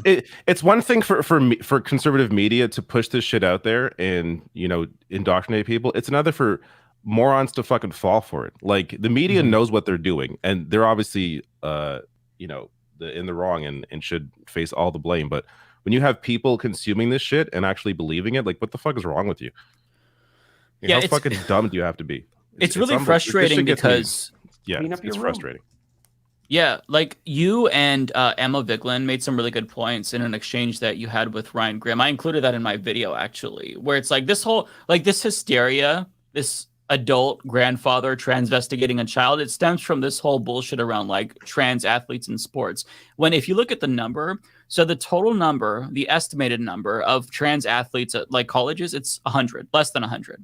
The total number of trans athletes in K through 12 is about 50. So we're talking about such a small portion of the population that, statistically speaking, you are more likely to get bit by a shark than to encounter a trans kid in K through 12. Like, that's literally where we're at. Like, it's such a small portion of the population, right? There's probably more members of the Flat Earth Society than there are trans athletes. But this is like the biggest issue. Yeah, thank you. Seeing people watch the video. Yeah, I worked really hard on that video, so I'm glad that people really like that. Because yeah, it's such a non-issue, and it's disingenuous because the way that they approach this is they pretend as if they care about women's sports. When you have like actual athletes who are saying it's not trans people who are the problem, it's funding. Look at our weight room compared to the guys' weight room. This was a viral TikTok from Sedona Prince at the University of Oregon. You know, they're saying, hey, these are the issues here. We have so little funding compared to the guys. We don't even get like swag bags as good as men at the tournaments, but you're focused on trans people. We're telling you what the issue is. If you care about sports, listen to us. So it's the whole thing they don't actually fucking care about women's sports. Of course they fucking don't. It's all a fucking act. Yeah, exactly. Yeah, exactly. The wild thing is like the journalism too. Like, why is it that like journalists are failing so much in this moment? It's like on one side, the right wing is basically being like, we want to eradicate this group of people. And all of a sudden the newspapers, Washington Post, BBC, you name it, let's both sides this. Let's talk to detransitioners, even though like less than 5% of, you know, people who undergo like gender affirming care detransition. So let's platform them. And then all of a sudden this is the debate, and now it's a debate. It's like, this is not a debate. You know, like very recently, I don't know if y'all saw Michael Knowles, a lot of Daily Wire people, Michael Knowles, Matt Walsh, I think Jordan Peterson too. They all got a ton of strikes.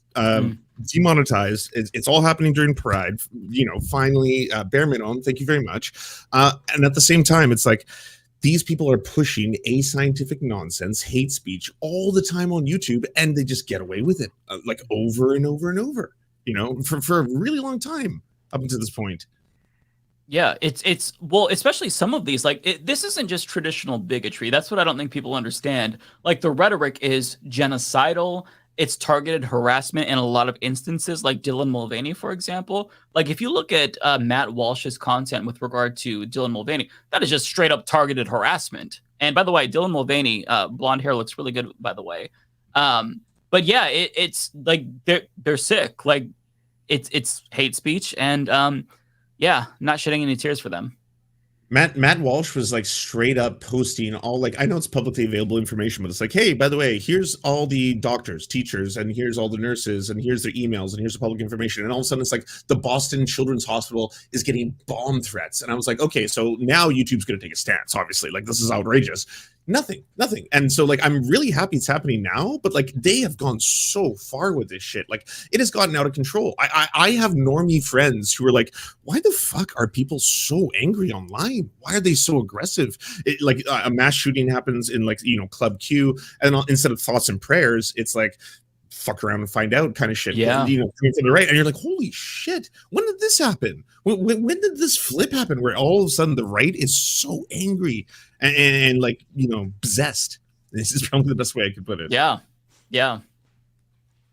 It's scary times for sure. Anyways, super chats or what?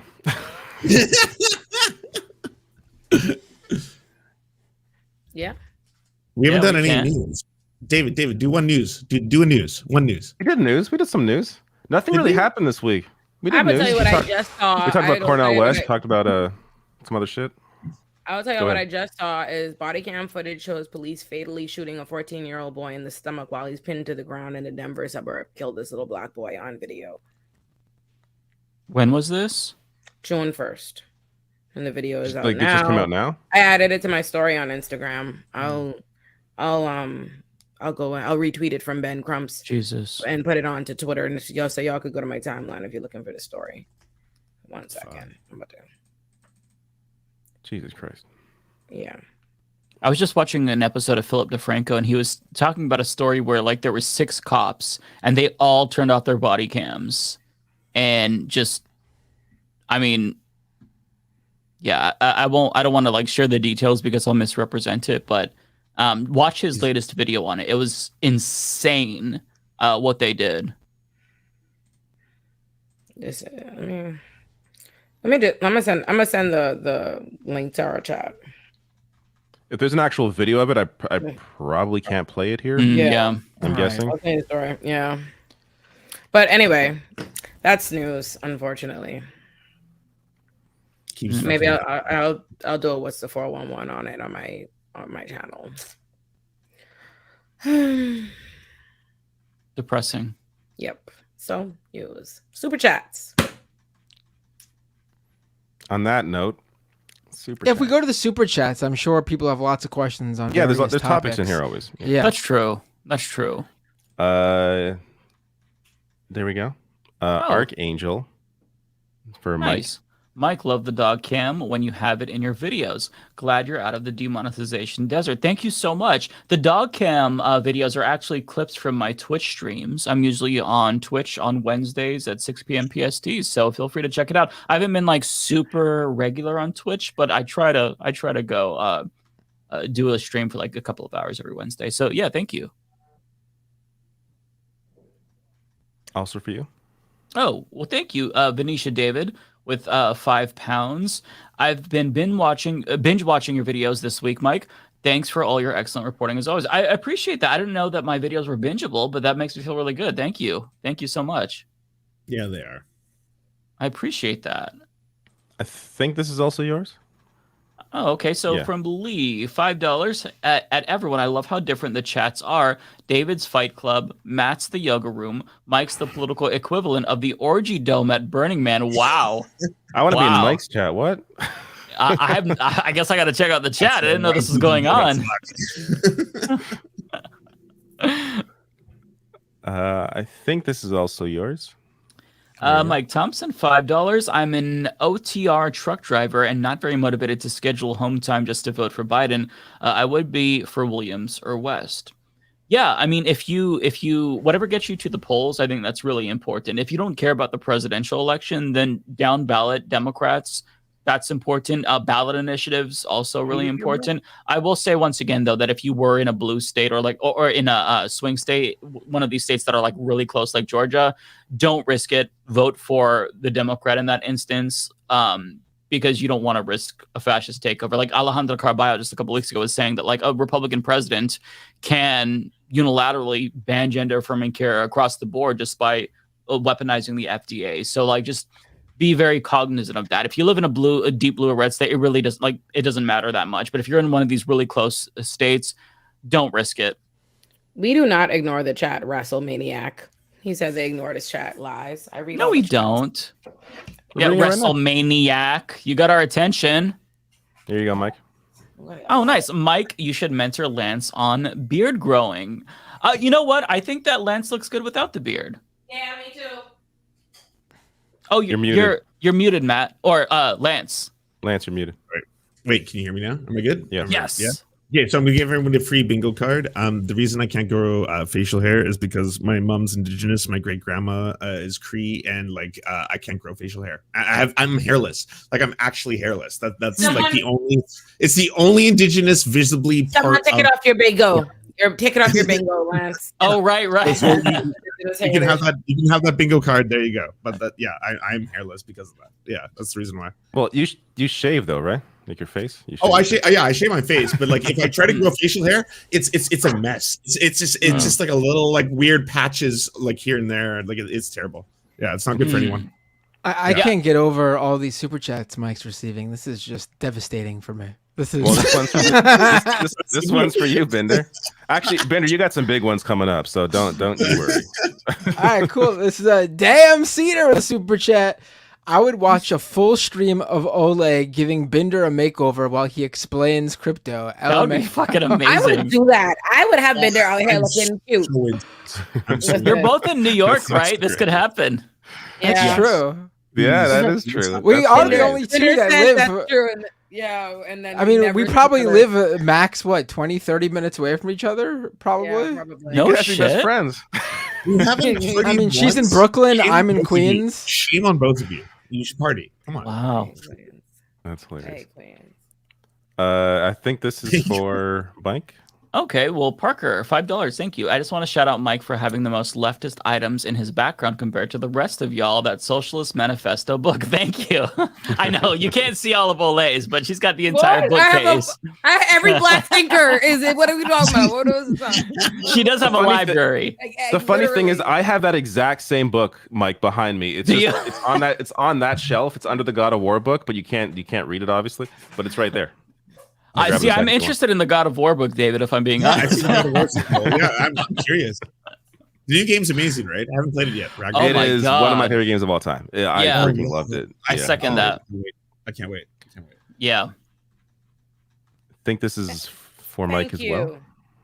Oh, Ole, I love that you don't make reaction videos. Thank you so much. Okay, thank you. Okay. Hey, I don't make reaction videos either. Where's my props? This one's for me. Thank you, One Ball 390. This is for Bender. For Resto Montero with a super chat. Hassan Piker had a guest yesterday that was talking about doing some kind of collab with Ole, and I was going, hey, which is why I gave Matt money. FD Signifier. Oh, dude, he was on Hassan's stream the other day. Oh, it was so good. It was so good. Oh, man. Yeah, that was amazing. Marsha, this is for me. Marsha Everett says, now is the time to pull a major bluff. We all need to act like we're gone and help at the state meetings. We need treasurers, co-chairs, secretary meet. Yeah, you mean in terms of like putting effort into state and local races? Yeah, I mean that's why I find this any hoopla, any over focus on like a third party run is just like the idea that how you vote that should define who you are as like politically is so ridiculous to me. Voting is a tool, especially at the national level. So yeah, that effort should definitely go locally. I agree. Rachel says Dimitri Lascaris, with all due respect, WTF. Lance, have you followed Dimitri Lascaris at all? I'm curious. No, not at all. What's up? I don't know what to say. So look, I don't know what to say. So he ran for the Green Party nomination, and I supported him. This is back, I guess 5 years ago, 5 years ago. I don't know, it was a while ago, like 2018, 2019. This is after Elizabeth May had left, and I thought he was the best candidate at the time. Sorry. As soon as I saw his photo, I was like, "Oh, now I know who you're talking about." Yeah. Okay. Yeah. So he was the best candidate at the time. Now I don't know what's going on with him. He's been to Russia a lot. Or, I shouldn't say a lot, but he's been to Russia. He took photos about being in Russia. He's a lot of his posts now are about defending Russia. I don't understand people anymore. Why is there so many left to Russia? I can't even begin to speculate because he's for a while he was before this Russia stuff. He was solid. Like he was great. I don't know what the hell's going on now. So I don't know. It's very bizarre.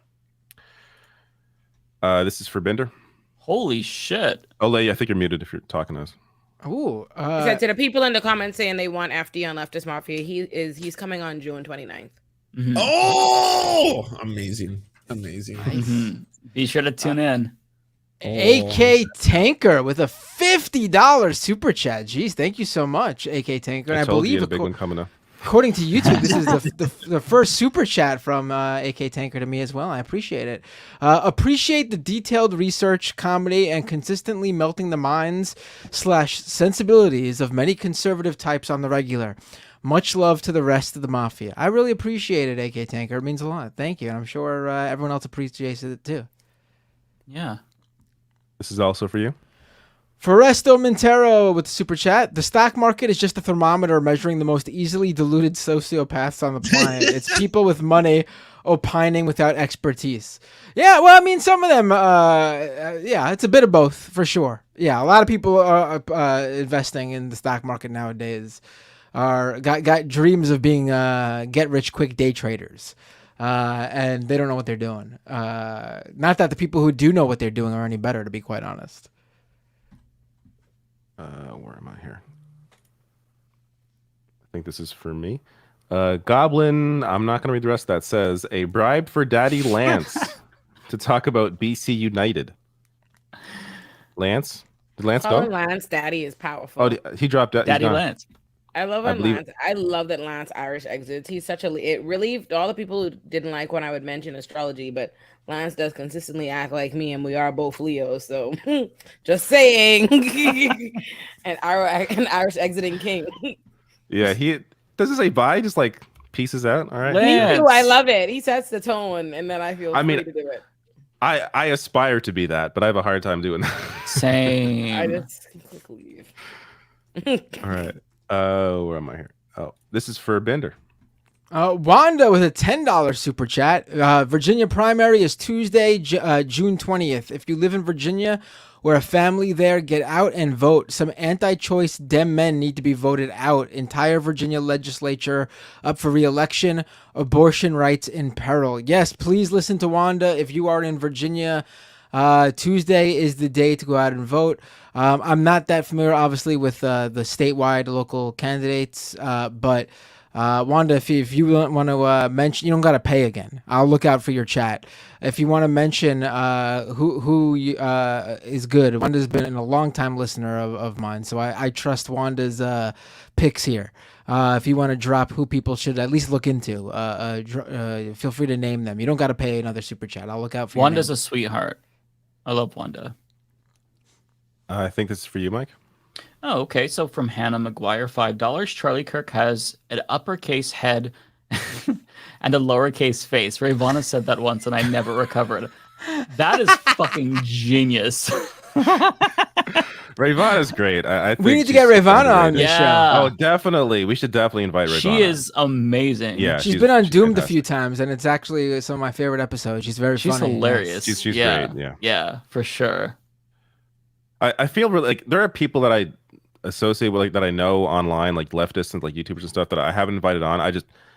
I am terrible at all that stuff, at like even thinking about guests. Like, so in case any of you great people are watching, I don't know. I think I invited Andrea, maybe the only person I've actually brought on the show. Yeah, I gotta invite some people. I gotta invite some people on. You guys all do like usually like your solo video stuff. My stream twice a week with Scam Economy and Doomed is I have a guest on, so I'm already booking 2 people a week. So by the time I even think about Leftist Mafia, I'm like, let those fuckers book this guest. I also just feel like this is my nature. I feel like I'm bothering people when I message them. I worry be about like, that hey, too. want to come on the show and like spend 3 hours of your day on here? Like this, I just feel bad. Nah, don't feel that way. People genuinely, I mean, if they didn't want to do it, they just wouldn't do it. People, I think, genuinely, there's people I go back to all the time, like who've been on before, and they usually say yes right away. Who they could turn me down, I wouldn't take it personally. Same here. I think but people like doing it. Yeah. Yeah, and just so people know, because I see other recommendations, there's a long list of people that we all want to bring on the show, and at some point we will. So yeah, don't fear. There's lots of great people that we want to bring on for sure. Bender, another big one for you. Look at this. Ooh. Wow. Spin me a sailcloth with a $20 super chat. Jeez. Did you know the Lombard steam log hauler is the predecessor machine of all continuous track vehicles, including snowmobiles, treaded vehicles, and tanks? Left is best. Learn to use the tools or end up getting used by them.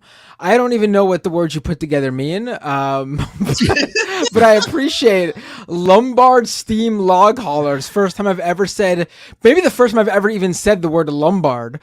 Definitely the first time I've ever said any of those 4 words in any close capacity. Actually, since Lance is back, Lance, there was one that was directed towards you. Oh, right. As you left. Did everyone think I leave? No. I literally thought you left. Yeah. My camera. We were sad.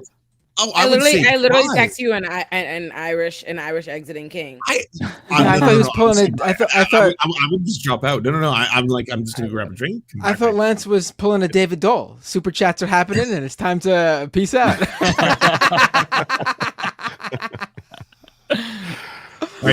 So this one is for you, Lance. Right here, a bribe for Daddy Lance to talk about BC United. Would you like to talk about BC United? Well, I'm going to feign ignorance right now. BC United. Okay, hold on 1 second.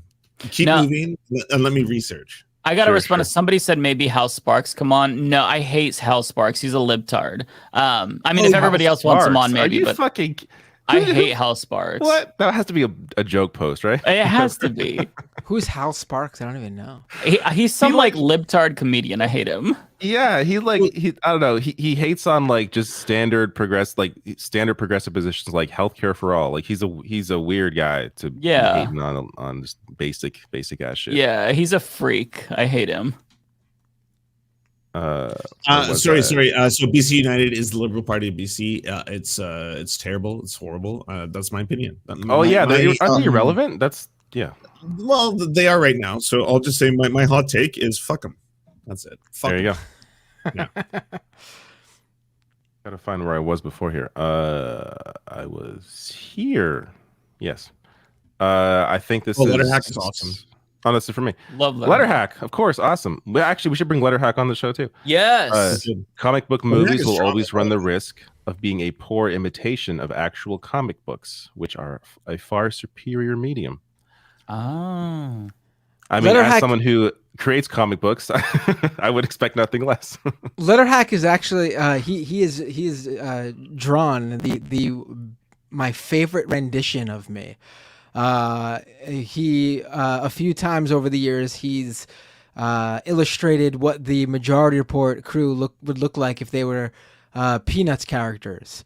And I am the who's the kid with all the dust and stuff around him all the time? Oh my god, yes! That's 100% you. Yes. That is definitely you. But it's a wonderful rendition of me. It's my favorite way anyone's ever drawn me. And I have been drawn by a few people over the years who are fans. Pigpen, yes. And in fact, I think I meant to ask him while he's on. I know that the Majority Report Discord uses the Matt Binder Pigpen as one of the emotes. Do you have that letter hack? Because if you do, get that. Can you get the emote version of it to me so I could upload it to my YouTube and Twitch as an official emote? Because I love it. I love his version of me too. So I was on a show a few weeks ago, and he he drew me in a Toronto Maple Leaf shirt, and that was the best gift anybody could have given me. It was right after they lost too, so I felt like, look at this nice parting gift for the Leafs and me. It was great. I was on Monday, and he drew me, and he did amazing. I just fucking love the letter hack. Who doesn't? Did you pay respect to your beard? Was it like a good cartoon beard? It was. version? Oh, it was. he does a good beard, yeah. Yeah. He's got it down. Yeah. He got my knows. tattoos pretty well too. Like they're pretty accurate. Whoa. Really, really good. Yeah. Nice. Oh, in Even the terms Leafs of when he logo was, tries to- super intricate, he got it all. I actually think the pig pen version of me actually looks more like real life version of me than when he tries to draw a real life version of me. Because in real life, there is a dust cloud around you as you walk around. There is. I mean, listen, I have that. I mean, I've had that punk cred since I was like 12 years old. It's still. I want to be drawn in that format, like us, that same Miss Peanuts thing. I want one. Letter hack. There you go. The challenge has been thrown down. He's done so much like free content. I feel like we all owe him like so much money. I'm going on the show. Oh right, yeah, you're going on. Yeah. Oh, nice. Yeah. All right, this is for Bender. Buckets with a super chat. I legit would be interested in Olay putting out a breakdown of the propaganda messaging of Spider-Man. There you My go. editor does not appreciate that. Why not? That would actually that would probably do very well for you. It's my guess. We have like outside of this next video that we're putting out this week, our next like 3 videos are big. But yes, I actually probably will do it. You're right. I'll put it on my agenda. I'd be interested in seeing what you have to say. Your panel with Cornel, like talking about Cornel West, is essential viewing. It's a really good video. Yes. So it's already at 32,000. Keep pumping that shit. Like, it's such a good video. Oh, well, never mind. I am wrong. Yeah. Yeah, I think, and I'm also at 21,000 subscribers. Hell yeah. That's amazing. Nice. That's awesome. And, yes. And Olay, like 38,000 for an hour-long video is 39 or 39 for an hour-long video is impressive. Thank you. I love it. Puts me to shame. I'll be honest. I am putting out Olay and Friends next week with a different panel, a different all-by panel. Okay. Yeah. Nice. So yeah. I'm excited. That was an amazing panel. It was really good. Yes. Andrew I love that panel. Wyatt. They'll come back. Actually, before I forget, since I had the tab open, I did want to shout this out. I saw you post this. Oh yeah. High school students watching your video. That's so cool. Yes. Yeah, they were watching my what's the 411 on abolition. See right there. Oh, yeah. That is so cool to see. They tagged me on IG. I was like, oh, that makes me feel like that was productive. I was like, oh, great.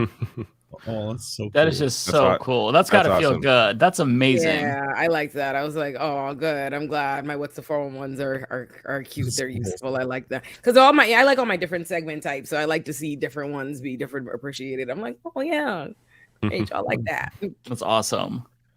Andrew Wyatt here says the Green Party debates with Dr. West fire. I would have preferred him to. I mean, this is not going to happen because the DNC is not going to hold debates. But Dr. West debating other Green Party candidates is not really going to be all that interesting, I think. They're all just going to agree on the same issue. I don't know, like what kind of debate is really going to happen on that stage. They're all going to say the same thing, but Cornel West will say it the best. Oh, and eloquently. Yeah. Snack Panther, I think this is me. Yes, says I'm sure I am a lot like Olay. When a car chase, I root for the suspect to get away from the cops. and I do. And I do always. This is Bender. Thank you. Tracks. We got a super chat from Derek Ross. Captain America is the platonic ideal of propaganda. Yeah. I'm not sure upset.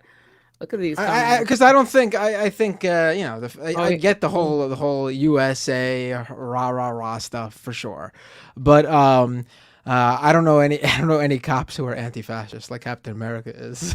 I don't know why you don't see the propaganda. I see the fact. I see the idea of Mr. America being that person, yes, obviously, yes. But in terms of what he actually does, he's probably the least problematic of the superheroes. I suppose, if you say so. Someone said I just entered Olay on YouTube and got a shit ton of cosmetic links. I have a government name, Olayemi Olurin, but you should type in Olurinati, or someone posts a link in the chat. And someone said, "Why is Olay's bottom lip twitching? Stop watching me so hard. I chew my cheeks. It's just a Oh my god! What are like when I'm not zooming paying up? attention. I Fuck!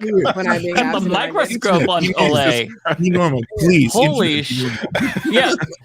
Be normal challenge impossible. Holy shit. This, letter like, hack. Comments like that justify all the social anxiety I have. Like, it's like, what are you guys fucking zooming on me on my Twitch when I get my Twitter sometimes? It's like, Jesus Christ. Yeah, like that's really not normal. Don't analyze Olay. That, like, stop. Be normal, okay? Please. Holy shit. It's okay, y'all. I chew my cheeks. I can't help it. I've always done it my whole life. I can't stop. You're in good company. You should be able to chew your cheeks without somebody fucking sitting there. You know, like, it's not okay. That's not right. And I saw someone say, what's going on? And I saw someone say, bypass my editor to do the Spider-Man thing. First of all, I love my editor. Shout out to Sherlock Oates Aaron. That is my fucking guy. When I say my editor wouldn't like it, I don't mean like he's gonna stop me. I just mean anything I do, my editor is directly involved in making the vision happen. I wouldn't just live streaming because I don't know if y'all noticed, but everything on Illuminati is a little bit of a production. Like, so yeah, you got to give us time. Give us like a month or so. This one is for Mike. Letter hack, $25. Letter hack, you drew. I should be okay. I'm gonna go on your stream and give the $25 back to you. Yeah, but thank you. Thank you, Mike, for coming on my show. Thank you for the invite. That was such a great show. David was on already. And Olay is joining me in a couple weeks. Now I have to get invites out to Matt and Lance too. Sorry, Matt, go ahead. No, I was gonna say maybe Letterhack's giving you this money because he wants you to draw him. Ever think of that? Tables turn. I don't. That might not go very well. I'm not very good. You all saw my Trump drawing. No, I didn't. Yeah, I can't draw for shit either. Letterhack, send out that invite. I'd be happy to. Infant content. This I think is Mike. Oh, okay. How have you all not talked about the orcas attacking yachts? Oh, and other ships lately. The orcas want the smoke because I don't want to piss them off. I don't want them to think about it. I'm Team Orca. No. I pledge myself. I pledge allegiance to the orcas. I will do whatever you want. Like, honestly, like my fealty is to the orcas. Like 100%. I've been hearing about these stories, and the orcas, I salute them. I'm glad you brought that up. Maybe that would be a good video. I don't know. It is awesome. Listen, I don't know what they're actually doing, but if they're actually like figuring out, we're in some like evolutionary step here where the orcas are realizing what humans have done to them, and they're home. Like that, this is awesome. I'm ready to face the revenge. Honestly, I'll take it. 100%. Yeah, I'm on Team Orca. I'm on Team Orca. Yeah, such a great story. I'm on Team Orca, but I also like swimming, so I don't want to be killed. Like, well, they haven't gone after people that I've seen yet. They go after. Like, there's this crazy video. There's this crazy video though, where they're not just going after the yacht; they're specifically targeting the rudder. Like they know where to go. And they're communicating with each other to target the rudder. It's nuts. Yeah, no, they've had enough. They've had enough. I agree. Yep. Team Orca. We said eat the rich. They're actually fucking doing it. Okay. Yeah. Right. They're leading by example. Orcas are the real ones. Yeah.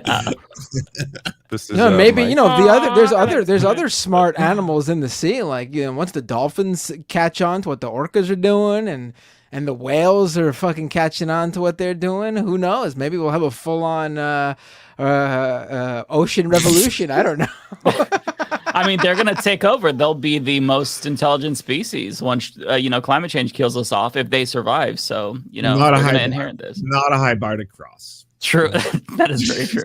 They could send like the lobsters and crabs for a land raid, and who knows what's gonna happen. Yeah. I mean, I might have to team up with them. Billy Shee Taylor with $5. Leftist Mafia, the young Thundercats of the left. I love this. You guys make this middle-aged trans lady happy. That's so sweet. Thank you so much, Billy. I love seeing comments like this. Yeah, that's a great comment. That's sweet. I love that. Yeah. Snack Panther says, thanks to you all. You make Thursday night awesome. Thank you, Snack Panther. I love Snack Panther. I love kind comments. Yeah. This is for me. I'm gonna have a hard time pronouncing that name. C Dejinmir. I have problem pronouncing that name every week too. They're on my. They're usually in my feed too. Yeah, I can't. They always correct me too, and I never remember. Let us know how to say it. You don't have to send another super chat. Just let us know in the chat. I'm curious how to pronounce it. Much love to Olayemi. Keep slaying queen. Thank you. I love that. Even though David got paid. Oh, this is also me. Cummy nipples. Interesting. Says, hi, Mike. Oh, wow. This is powerful. I need to start remembering to tell people my Cash App if I'm going to sit here through this. At the beginning, yes. Like, yes. Yeah. Let me say it now. Let me say it aloud on this audio. What is it? It's Olurin 11, I believe. Yep. Ola's gonna tell people to leave the comment to read on the feed in like the PayPal message to seller box. Oh, there you go. Oh, Olurin 11. Ole, if we did like a Leftist Mafia channel and the super chats came in, like, would that violate your? You can just put it in an unmovable account for me somewhere in an account I can't touch. We should touch it later. Right? I can. We should talk about this. Yeah. I feel like we should talk about this because, like, eventually, like, you know, if we launch merch, we have to be able to pay you, you know, and yeah, they're applying. They're waiting on my last four letters from my important people to come in so they can put my green card application in. How long does it take once you put it in? It can be, I think, you know, if we plan in for a potential RFE request for additional evidence, it could be like a few months if you do premium processing, anywhere from there to like 2-3 months, like max, I would think. Let us know if we can help you, because anyway, you know, I don't know how, but anyway, please let me know. I appreciate y'all. Yeah. Alexis Spicer says, hey, y'all, it's my birthday, and I'm high as F. Was hoping to vibe with Olay tonight, but got here late. Sad face. Oh, thank you. I think she's Happy still high, birthday. so still vibe. Yes, happy birthday. Happy birthday. Happy birthday, Alexis. Catherine, I think this is Binder. Oh, let's see if this is Catherine Olay with a super chat in Canadian too, and she chose to give it to like one of the non-Canadians. I love it. Has any of you seen the Las Vegas aliens video?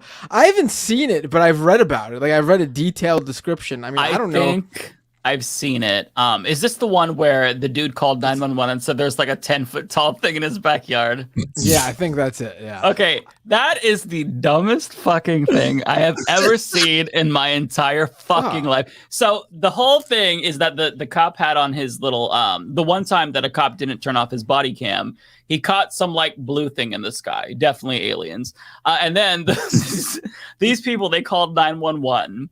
And they were describing like, oh, well, there's this thing. It's like 7 foot tall and it has really big eyes and it's staring at me. I'm looking at it right now. And then by the end of the call, it's like, I don't know, it could be 9-10 foot tall.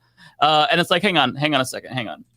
You're calling on your phone. I'm assuming it's a smartphone, unless you're using like, you know, a landline. You did not take a single fucking picture with your phone. You could have been on the call with 911 and just been like, boom, real quick. And so by the time the cop gets there, and this is all based on body cam footage, they're like, oh yeah, he's gone. It was crazy. And he's like, oh yeah, I saw something too. And the cop, this dumbass cop, is like stopping people in the streets. Hey, I know this sounds weird, but did you see anything fall from the sky? It's like, okay, all of you are fucking stupid, okay? Yes, if there was something that fell from the sky, which the body camera caught, why does that automatically mean it's a fucking alien? Like, that's so unhinged. And furthermore, if you do not have a picture of an alien in your backyard, it did not fucking happen. So shut the fuck up. The fact that we all have phones now with cameras, and there hasn't been more evidence of aliens is a problem. I'm not saying they don't exist somewhere in other, far away galaxies. Mathematically, they ain't here. Yeah. Yeah, and listen, I used to love the UFO videos. Like when I was really 19 years old. All those shows, I ate that shit up. I loved it. Yeah, I thought they were great. But it's all bullshit. I mean, just because you see like some shiny dot in the sky, that doesn't mean that that's aliens. That's so weird to go to jump straight to aliens. I mean, people were saying that the giant dick floating in space. There's I don't know what. They don't know what it is, but people are like, "Oh, it's aliens." Maybe that was the closest to me believing anything for real, because there was a lot of even like people from Harvard at the time were saying, "We don't know what this is. This is this kind of shape that this thing is." It was the first object that came from outside I believe our solar system to just go through it and leave. That hadn't happened before. So there's all these questions around. Anyways, that was the first time I was like, "This is weird and interesting," but we still. It's not here. Here's my thing. If you mastered interstellar travel, you can go through black holes or whatever to go to other dimensions. Why would you come here to be all spooky? Why would aliens come all the way here to be ooh, peekaboo with us? Ooh, yeah, hey, I was oh, you can travel through dimensions? Crazy. If they have the power to come here, we're fucked. That's that's what I'm worried about. I think they would be friendly. Honestly, I feel they would be friendly. I don't know. If you get to that point, if you know how to actually master the actual laws of physics and warp them, then yes, hopefully you're friendly. I don't know. And we don't deserve their probably friendliness. means that to them that we're so insignificant that we're like ants. We don't even count as life to them. We're nothing. We're insignificant to them. So they they flick us away. Don't give a shit. One thing that I've got to stress is that if the aliens are coming and they have a spaceship, it's not going to be shaped like a dick. That's just weird. It's going to be very sophisticated looking. Just because it was long doesn't mean it was shaped like a dick. David, it was an erect penis, and you know it. That's not what that is not at all what I thought of when I saw that thing. I'm like, oh, this is weird, but I'm not like, that's a penis. Bro, that's the first thing I thought of. I'm like, you mean to tell me this alien spaceship that we found is a dick? That would be the first thing you think of, but anyways. Touche. I think I thought this was for me, but this confused me so much. It's actually for Mike. Oh my God. What? Showing my support for Matt Binder by contributing to David Dole's The Humanist Report. I don't appreciate this. I don't think it's funny. No. This is not cool. I saw a comment on my video that was so funny. It was like, thank you, David from the Serfs. Good job. They commented this on one of my videos. I'm over having makeup on my face if I have to be here this long. I'm tired. Who's this for? This is for me. Jules T says SCOTUS upholds Indian Child Welfare Act. Yay! Yeah, that's I've not followed this case at all. I did see that. It was. I mean, I don't know. I wasn't plugged into what was going on there either. But one of those cases where the Supreme Court voted something like 7-2 to keep it, and people thought that it was definitely going to be. It's basically a ruling that strengthens, native sovereignty in this country. Mm-hmm. So certainly I'll have to look more into it, but certainly a good ruling. I can give you the brief rundown. Basically, it was about white people were claiming racism, a white Catholic or Christian couple, because this law gives preference to Native American people for adoption of Native American kids. And the white couple in this were crying racism. Somebody says Olay needs her own channel where she can talk about what she cares about. Babes, I do have my own channel where I talk about what I care about. I can't believe people don't know. Just go subscribe to Olay's channel at youtube.com/Matt Binder. It's very simple. I respect hustle. God damn. Binder. I know. I need to learn from Binder. Yeah, I need to learn. God damn. I'm actually really bad at self-promotion. I mean, you guys are the ones with hundreds of thousands of YouTube subscribers. What are you talking about? I think that you would grow really quick if you just did like clips. Yeah, I know. You know, because you have a great, like, you already have a giant audience for your live streams, bigger than mine for live streams. So if you just did those clips, I think you would 100% explode for sure. Especially if you just like even focusing on like not just focusing on it, but like your area of expertise. Like there's not a lot from the left in terms of what you do. So I think having that voice there, I think you would get a lot of traction. And the honesty, like he brings receipts. Like that's the crazy thing. Right. That's why I always expect like Binder. He brings receipts. You look, like, you do the research. It's I appreciate it. Yeah, and Binder, I will say, like you focused on tech and stuff like that, as David was saying. So when I did, when I focused on net neutrality, that was my biggest month ever. Back in 2017, I got 50,000 new subscribers in 1 month. So like, there's a really huge desire for tech, but like I am only knowledgeable about this one like niche issue, whereas you know it all. So you would blow up if you. Thank you. How often do you guys actually spend editing it? Because like that's my issue. Like I just don't have the time to sit down and like meticulously like cut every little like I know the YouTubers, they like cut out every little quiet. Like, no, just don't have to do that. You could shoot it live, like. Y'all don't have editors? Most of my videos, there's very little. I cut very little out. Like it's, I'll add in like full screen screenshots of the text I'm referencing, but you don't even have to do that. Like you just, if you have the program to put stuff on screen, just so if you're ever like referencing something, just put it on screen when you're talking, and then just make it like a shorter version of what you would normally do. Y'all don't have editors? My husband's my editor. Holy, how much you paying your editor? My editor. My editor is my full-time executive assistant now, with a nice full-time salary and beautiful benefits. Being paid well. He's living a nice, good life. So my editor started out on the love of the game. He had a United Vision. Looks like there could be I already got my first topic for my video that I'm gonna upload. Oh no, my editor loves me. Olayemi exposed. Listen, no,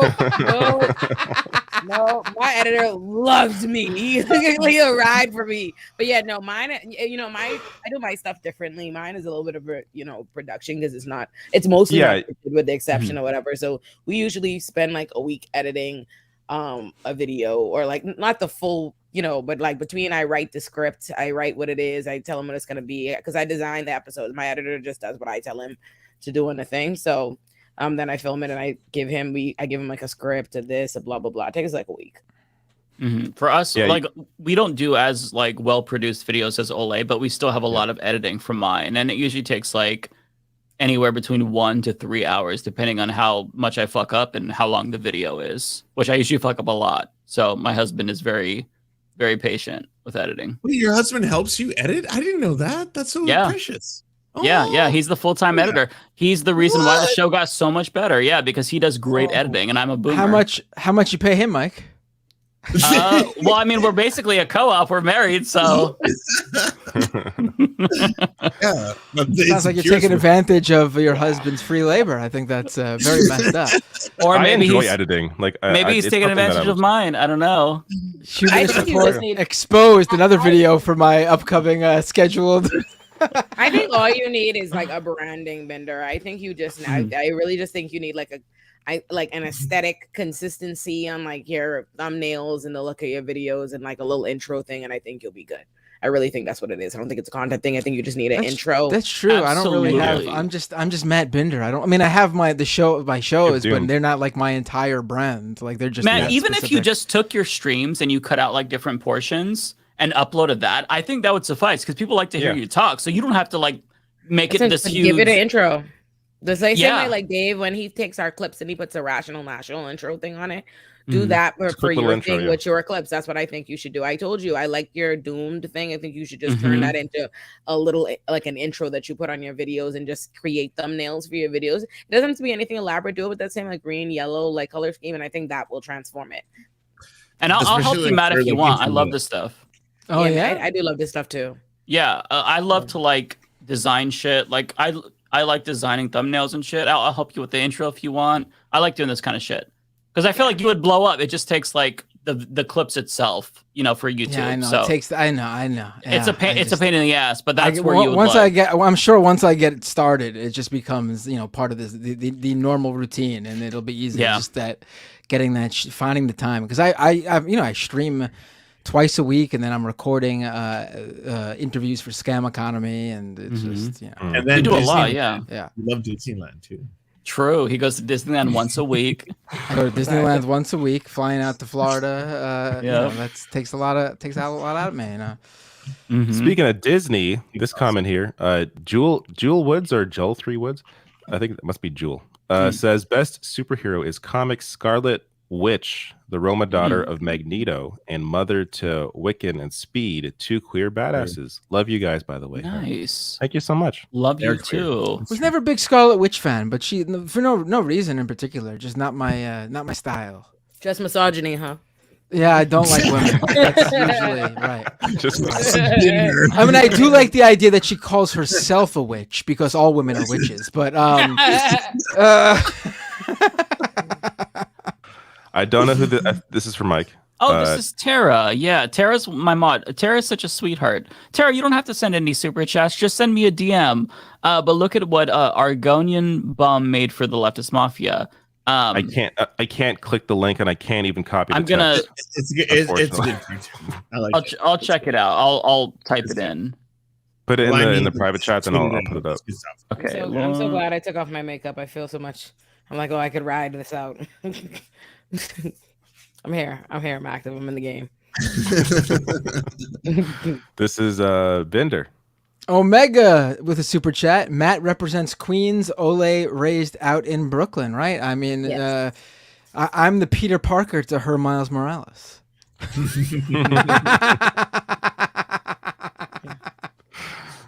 I hate that. This is also Bender. Foresto, the super chat. X-Men of Magneto are great because they are already a trans allegory. The real conflict in the story is between reforming the system or replacing it. I mean, yeah, that's absolutely like X-Men has always been.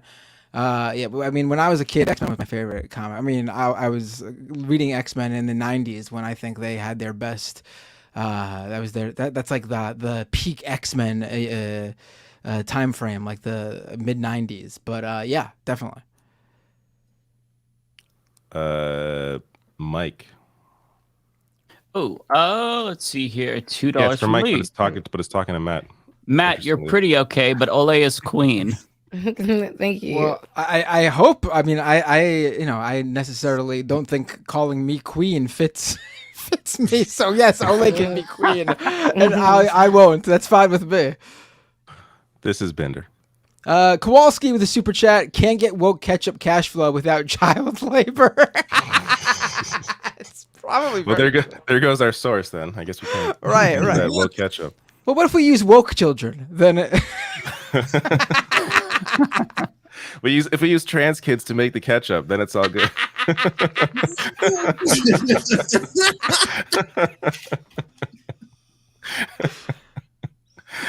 Oh shit! Oh, this that is was really good one, cool. David. That was very good. Okay, David, I did share what Tara sent me. It's Okay, let it's me really know. cool art from the show. This is so neat. Let me bring it over here. Oh, this one. Yeah, I saw this. Let me bring this up. That is too cool. I saw that on Twitter. I retweeted. That is Very nice. amazing. The Raheem was immaculate. The Raheem was like how really the nice. family's And over here. I really appreciated that the recognition that Raheem is the boss animal in charge. I really like that because it's true. I love that. My dog is holding Chico because she's so tiny and Chico's big.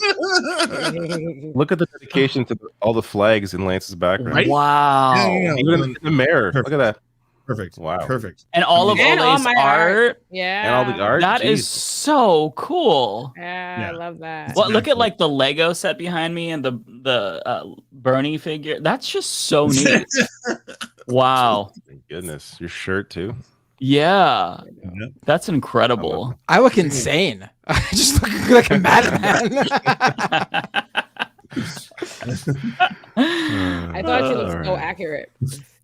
It's very cute. Very good. Yeah, Andrew that's S. amazing. Andrew S says, jumping at David's chat to say, I wonder who the right will cancel next after Garth Brooks went woke. Whoever the hell comes out, in support of being a good person. That's also how I framed the video, right? Like, we shouldn't act like being pro-diversity or pro-trans rights is like somehow a monumental step to make. No, it's just like, you're a good person. Like, I'm like, the right's freaking out because Garth Brooks is a good person. Like, that's what's happening here. So whoever's good next, they're going to freak out of that person. Yeah, exactly. Yeah. This is this for me?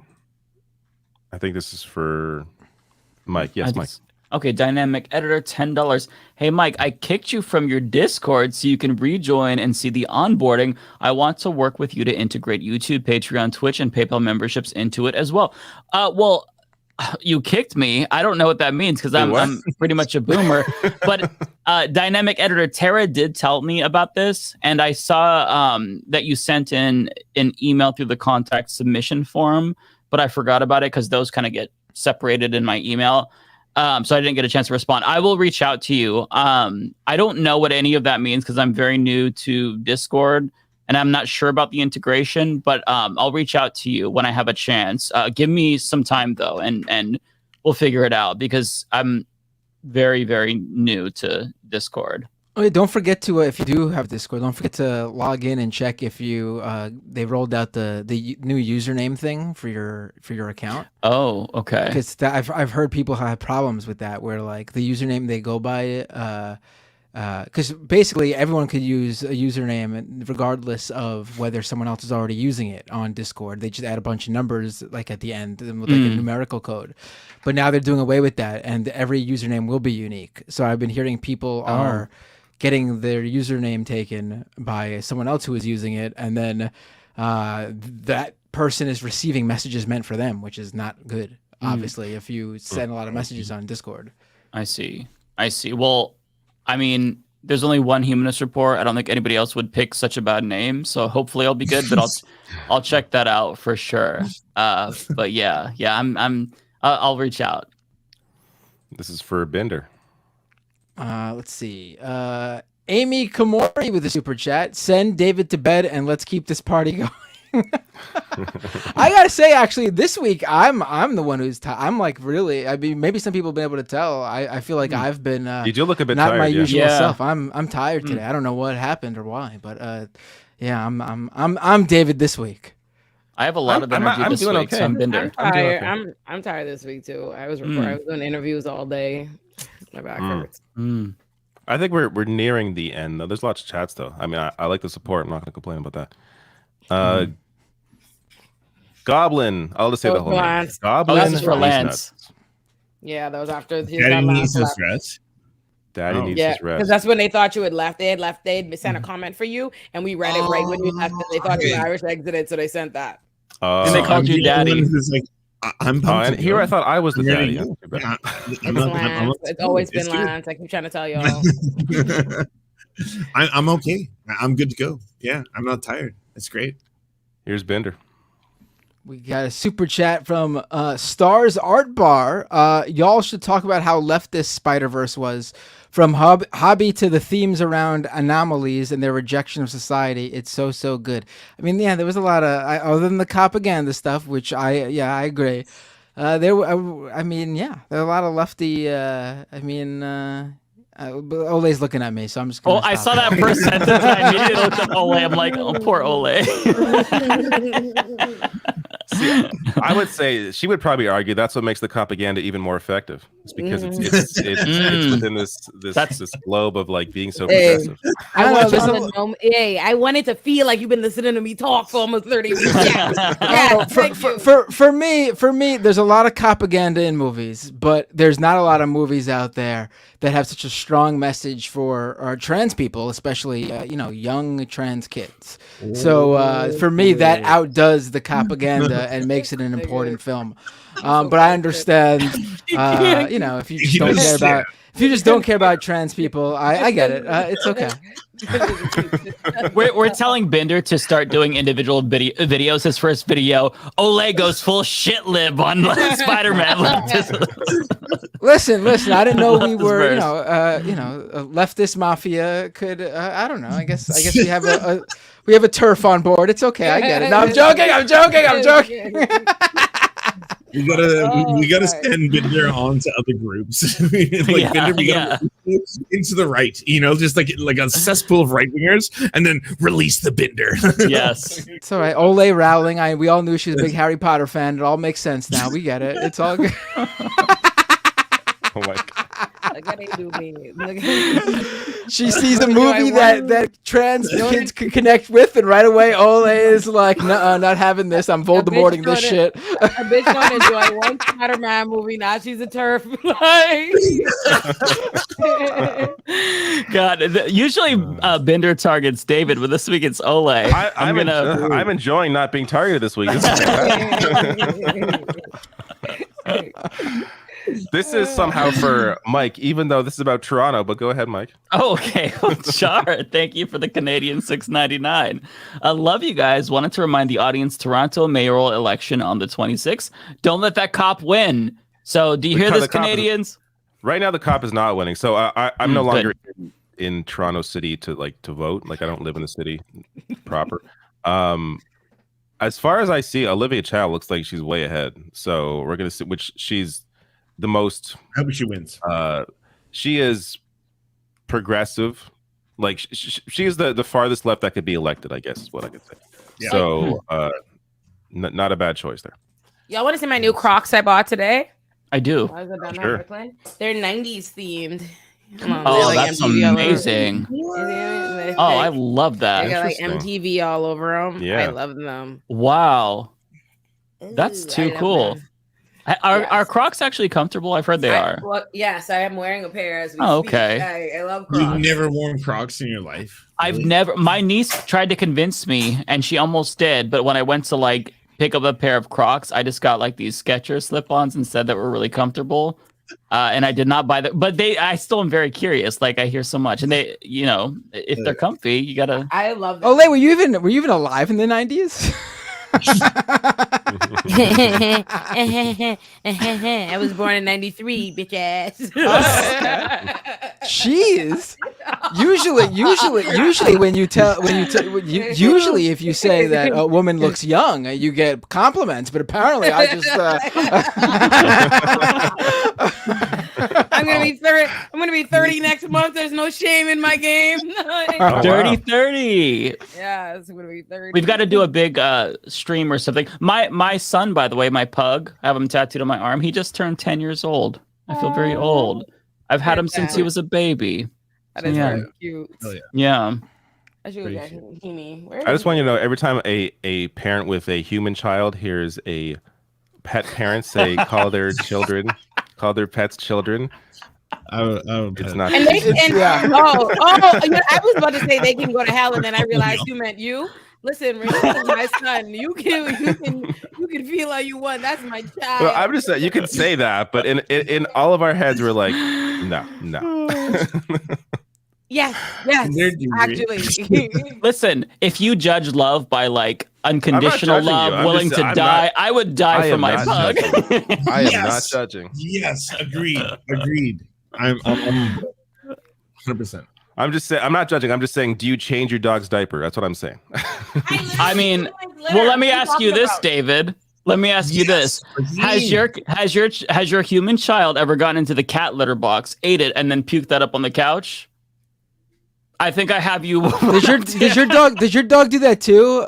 My dog. He did that when he was little. Oh no! I guess our dog's still little. He's like 6 months. But oh my gosh, most annoying thing. He runs when we're not looking. He runs into the litter box and eats the cat's shit, and he likes it. You're not being a good ally. What are you doing, man? What are you doing? Young dogs do that shit. It's disgusting. Yeah. Not just young dogs. My 10-year-old son. This morning, I'm looking over, I'm like, what the fuck are you chewing on? I'm like, hey, spit it out. Because this is a dog that swallowed a squeaker and had to have it surgically removed. So I'm always on him. And he's literally. So he's sitting here chewing on something. And I'm like, spit it out. So I get it out of his mouth. It's a fucking cat turd. This was my morning. This was my fucking morning. On top of the cat shitting somewhere. Not in the litter box. See, my cats don't do shit like that. That's This is a actually black household. that's actually what I say every day on Twitter too when I open my For You feed. It's fucking cat turd.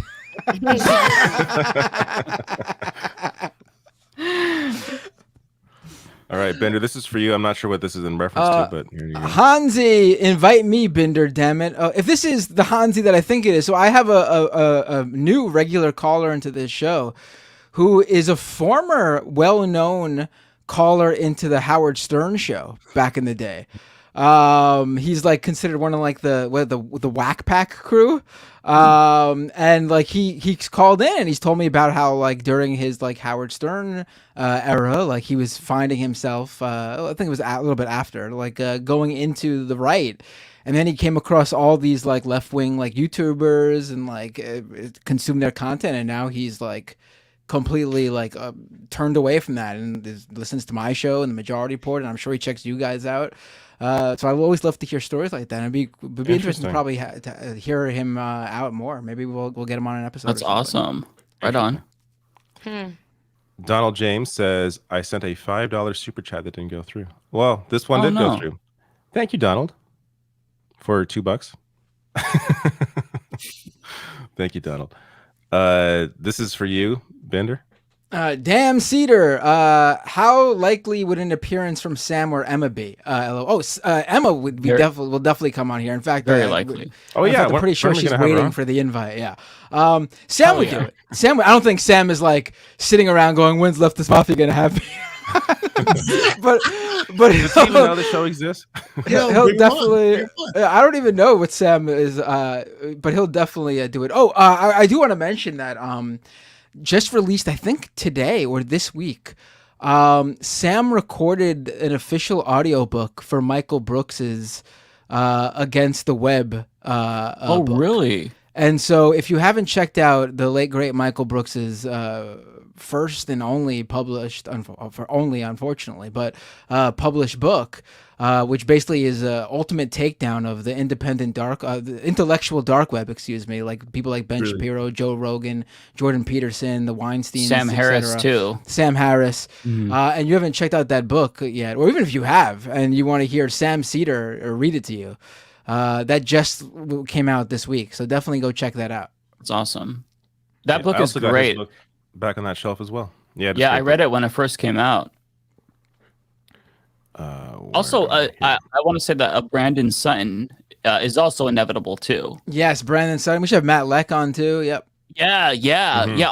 I mean, there's a long list, folks. We're gonna go through them one by one, but yeah, for sure. Jamie we should Peck, make a list. Former Majority I would Report. love Jamie Peck on. Yeah.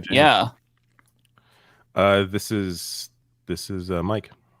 Oh, Samantha Baker with $10. No, don't aspire to the Irish exit. I'm always sad. I'm always sad when Lance leaves without a goodbye. Also, all my love to Olay. I see your righteous anger at the propaganda, and we need to hear your point of view. Thank you, Beau. Thank you. Oh, nice, Lance. I just want to grab it. I wasn't leaving. Compassion is. I think this is you as well, Mike.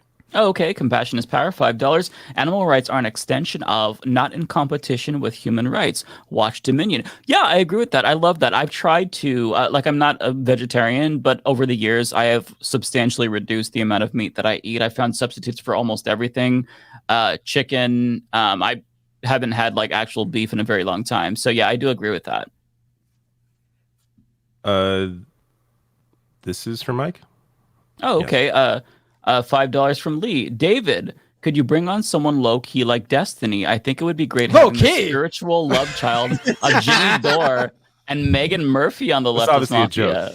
Who's Megan Murphy? I actually listen. I don't know too much about all the Destiny stuff, but I don't think he's in the same category as Jimmy Dore and Megan Murphy. No, he's not. No. Yes. No. Yeah.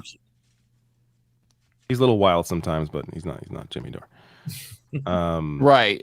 And even if you disagree with Destiny, like intellectually speaking, him and Jimmy Dore are very far apart in different worlds. Destiny actually is intelligent.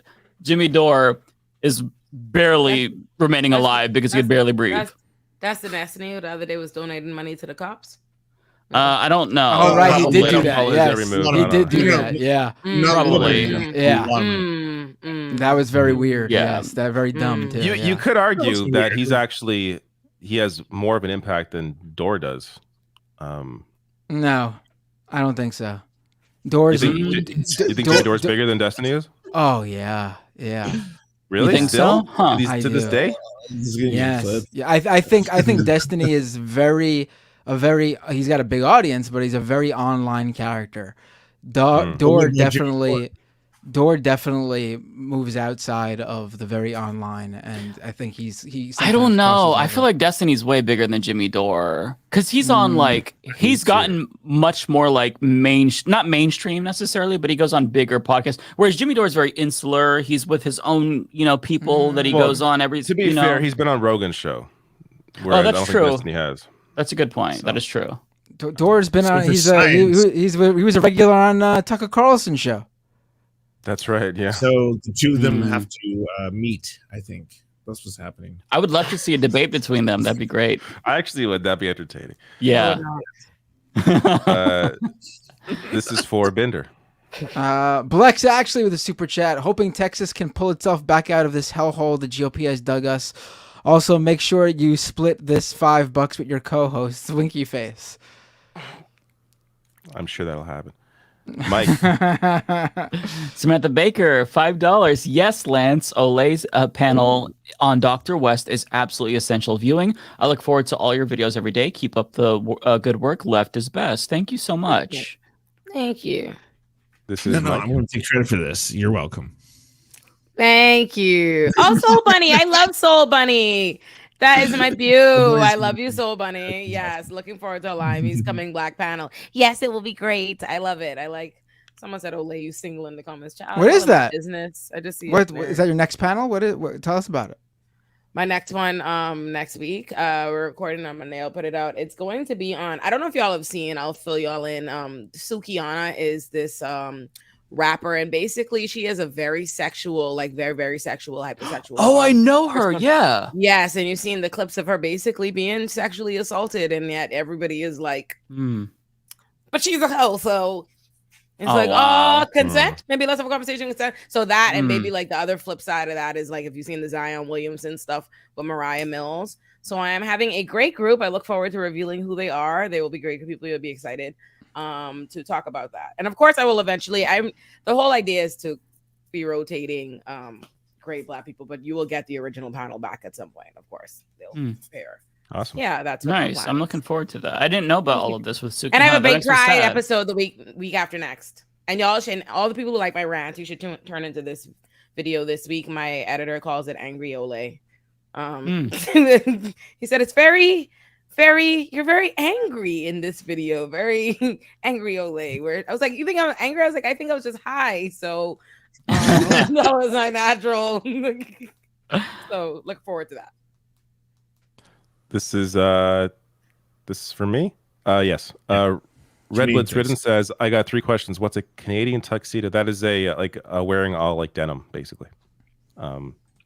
If possible, have Jord and Chris from Propagandhi as guests and about comics.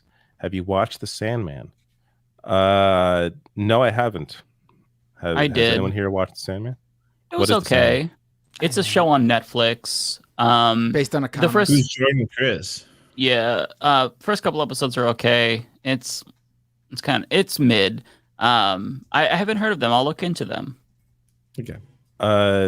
Propaganda is the a band? Canadian political punk band. Oh, there you go. okay. Okay. I thought this was a YouTube channel.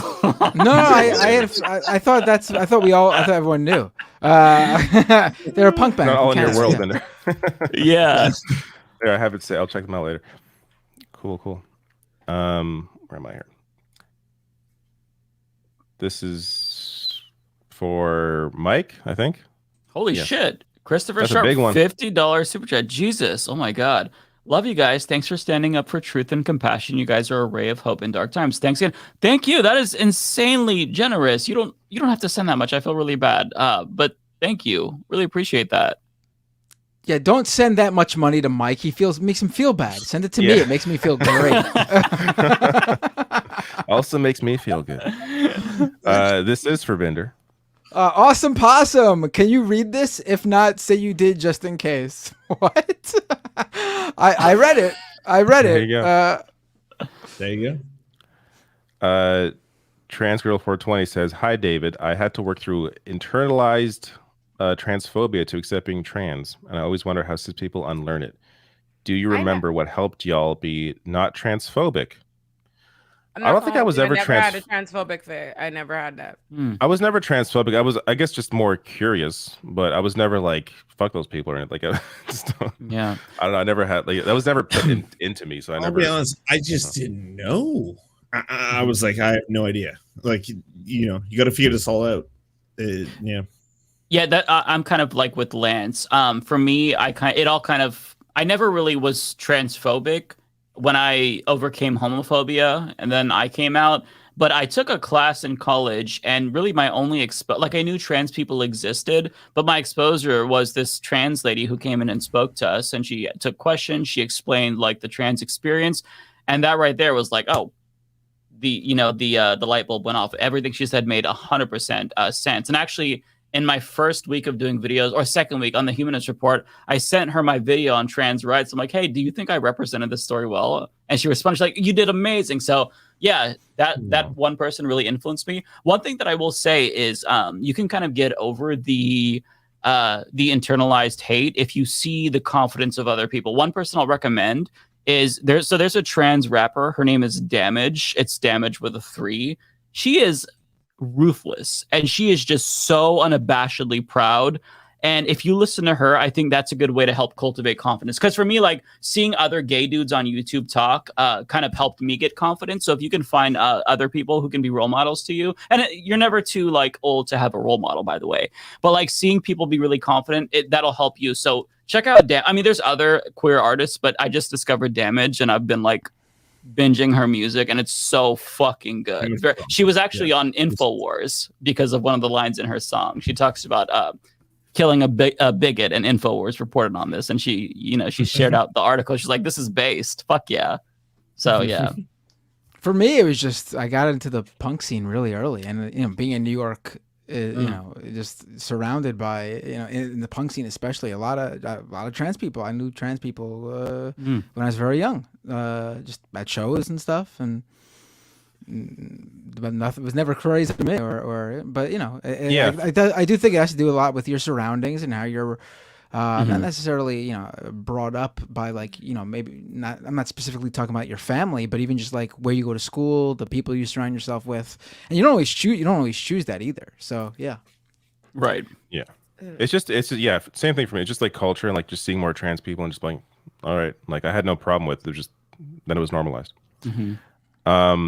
Alexis Spicer says, Olay saying happy B-Day made me cry. Love y'all. There you go. Oh, that's so sweet. Happy birthday again, Alexis. I hope you have a great weekend, Bew. Alexis, we love you. Tyler Cross says the UFO stuff is an extension of white supremacy and American religion and the Cold War. It's all scams and liars. I hadn't thought about it in that context, but that is. I think we just I'm not going to disagree. I mean, there's probably overlap in terms of like conspiracy theories often dwell in far right ideology, and 99.999% of the time a conspiracy theory ends up with some sort of anti-Semitism. So I mean, right. I get you there, but you also did give me this really funny image where aliens show up and they're the stereotypical alien, and the first thing they say to us is something like white power.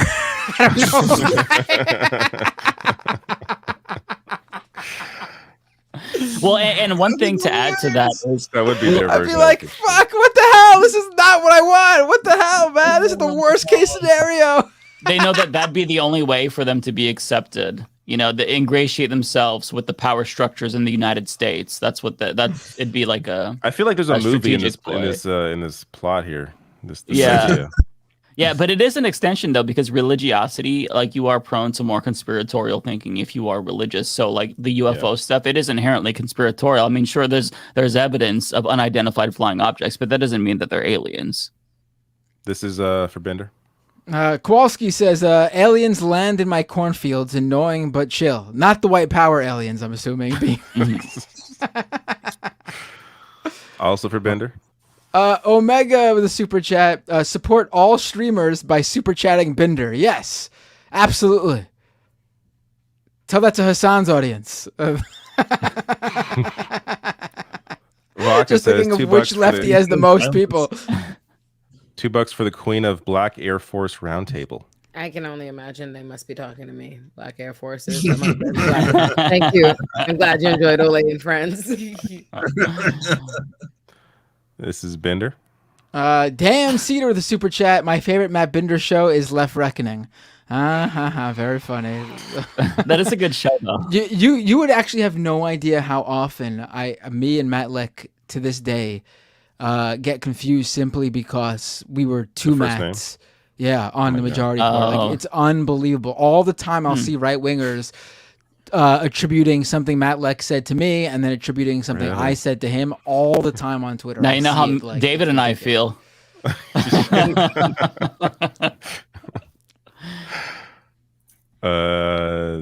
This is for me.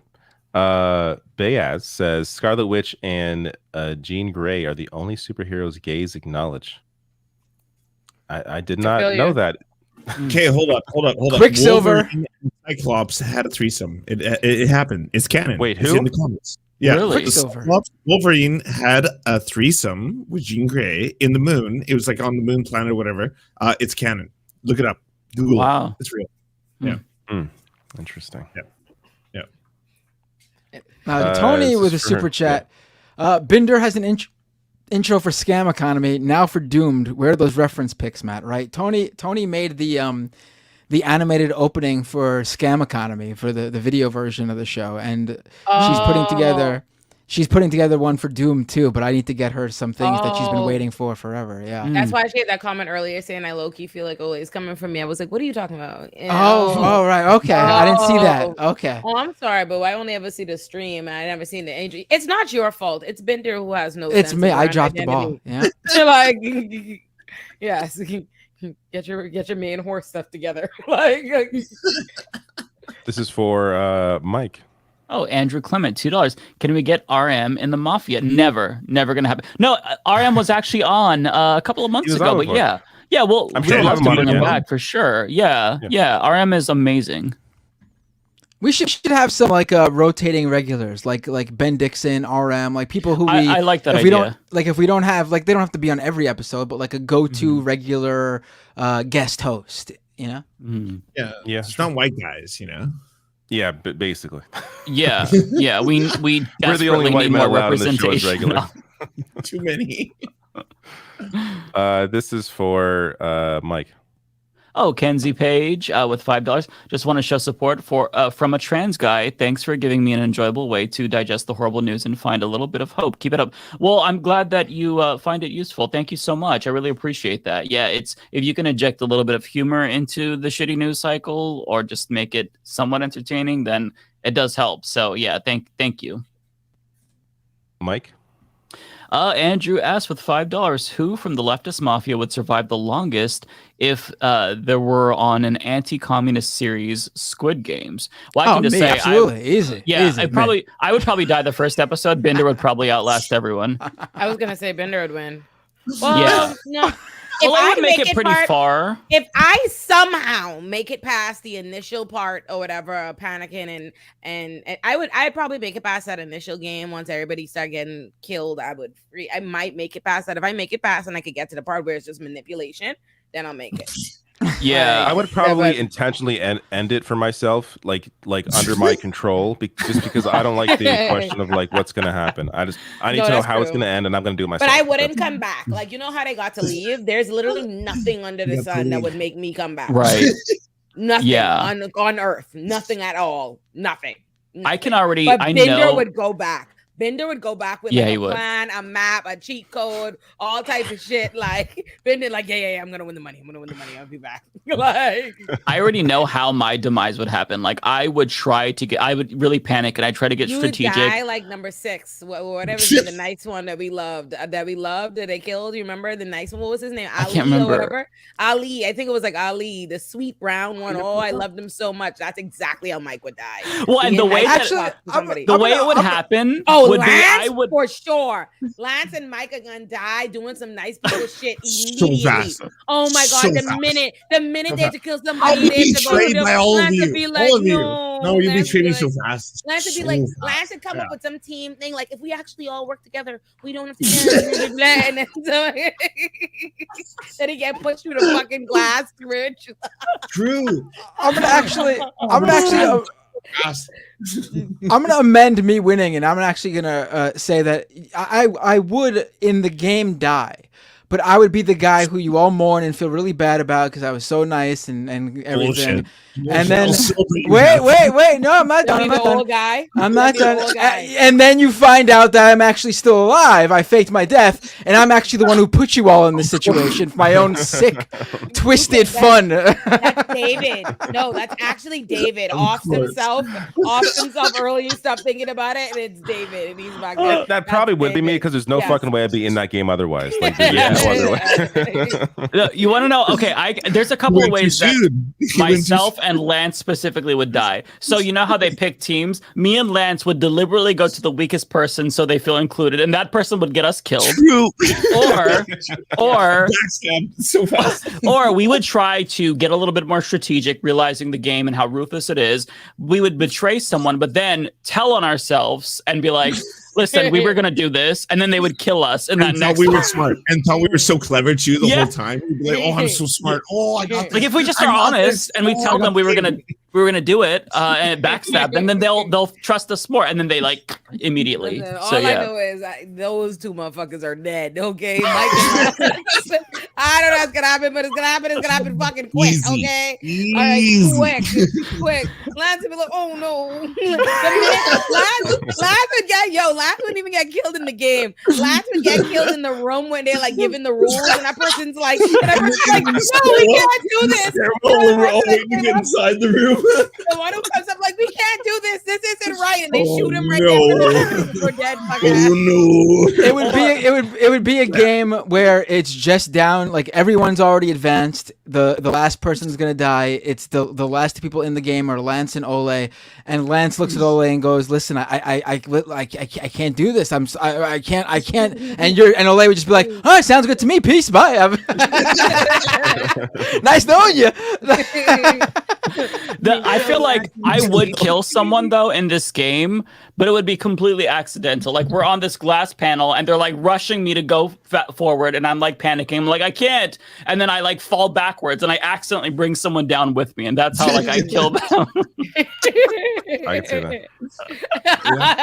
Davidson, 100%, yeah, 100%. that seems about right. Yes. This is Bender. Doug Greenwood with the super chat requesting Ole be more bombastic and speak more just to spite the haters. Left is best. Thank you so much. I appreciate you. So I didn't eat this episode since my receiving sustenance makes so many so fucking upset. Well, let's be No. clear. So many in David Dole's live chat. This is true. This is I actual. thought I dodged the bullets this week. God damn. I like it when you eat on stream because it makes me hungry, and I'm curious about what people eat. So there's that. You have one supporter, Ole. Tokyo Han, I'm pretty sure it's for me. Yep. Tokyo Han's with the super chat. This is how I send money to Mike, right? Exactly, yes. Yeah. This is also Bender.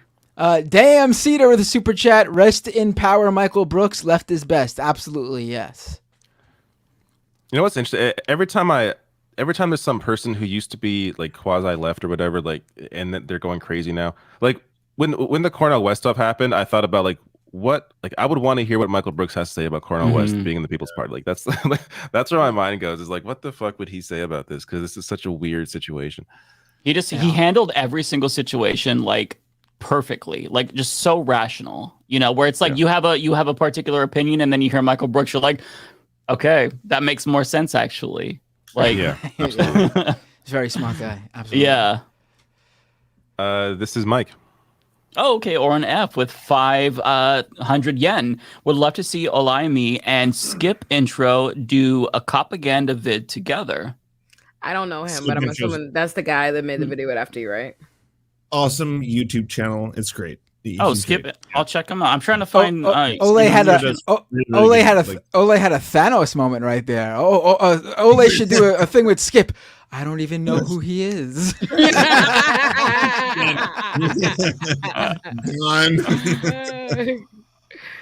We got 4 more left. This is Bender. Joe with a super chat. Joe McClory, I should say, with a super chat.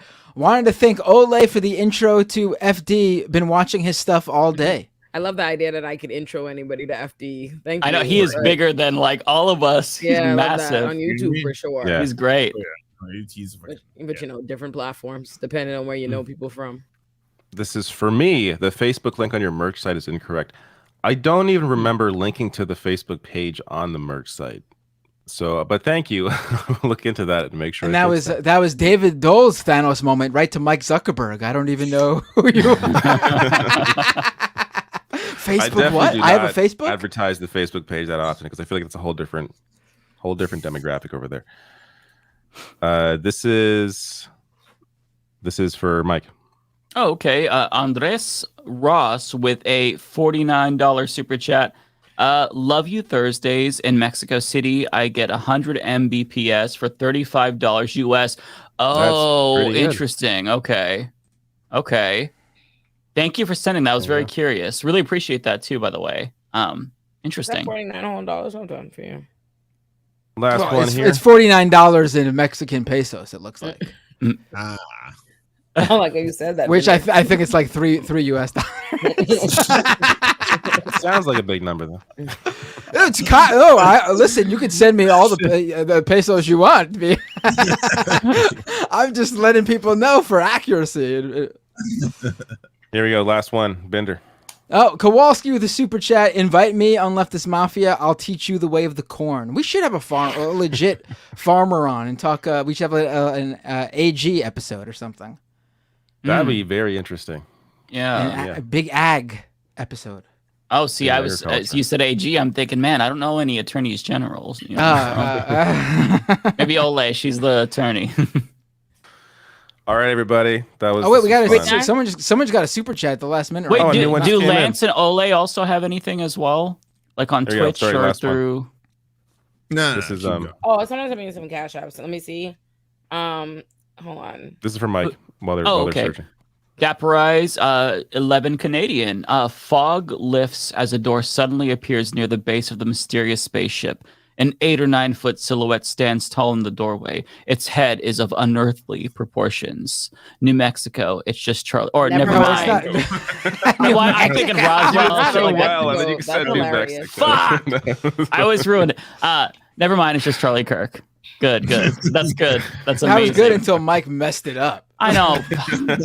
I could start all over and do it again. And for such a random New Mexico. And all I have is someone sending me a cash app. Parker Abell, thank you very much. And Alexander Croto-Penix, thank you.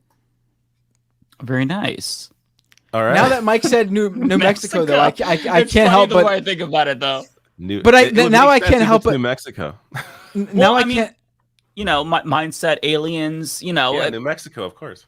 Oh, a new super chat. A new super chat. Do we? Yeah. Yeah. There we go.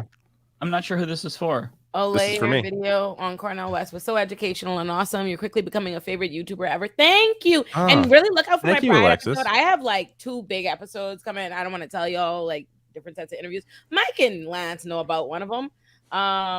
So yeah, look out. Please subscribe. Check out. I have great stuff coming. Someone said, does Olay David, that's hilarious. Why ask why you think David has the tabs in my dating life? David, does Olay have a dude? That's hilarious. Someone asked me for in the you. Comments, it says, David, does Olay have a dude? David, thoughts? Do you know? That's so funny. Do I have a dude? David? I'm gonna say yes. That's what David's answer is. So I guess that's the official. There you go. That's the Matt, official can you position tell of me the about Leftist Lance's dating life? I honestly I know nothing about it. Wouldn't have a clue. I mean, my he's lying. He's lying. You can tell he's lying right now. Everything I know about Lance is honestly right there in that room that I see him in. That's just what you see is how I know Lance. In fact, I was shocked when he went on Tim Pool's show. I didn't know he was able to leave that room. I'll reiterate this. Everyone on the show can get it. There you go. Oh, there we go. On Tim Pool's show? No. This show. God damn, Mike. I was God damn it! You ruined it. All right. No. I'm so sorry. Someone got another super chat. Yeah, this is me right here. First time listening live. This is from Andrew. I love you all and follow individually. Bender, Roman Reigns, or Kenny Omega. Ooh, that's a tough one. They're both really great. I'm gonna say Kenny Omega. They both seem like really great guys. Pretty cool. I don't know anything. Kenny Omega is progressive. Yeah, he went viral a couple months ago because someone brought either protect or support trans kids sign to AEW event, and Kenny Omega went up to it, turned to the camera, pointed the sign. He was like, "I know it, you know it. Everybody better know it," or something like that. So he's a really good guy. And Roman Reigns is from what I understand, he seems like a good guy too. And they're both great in the ring, on the mic, with their gimmicks. So it's hard. It's a hard pick. Well, I'm gonna pick Kenny Omega because that was my first. I know nothing, but I picked right because he supports trans explicitly, and we don't know about Roman Reigns. So, Kenny, Bodega. It's you. All right. Bye, y'all. Go follow my channel. Good night. Not Matt Benders. Ooh. Right. Go follow Ole's channel and definitely avoid subscribing to mine. And just so you know what to avoid, it's youtube.com/MattBender. There you go. Bye, y'all. There you go. Good night, people. Good night, folks.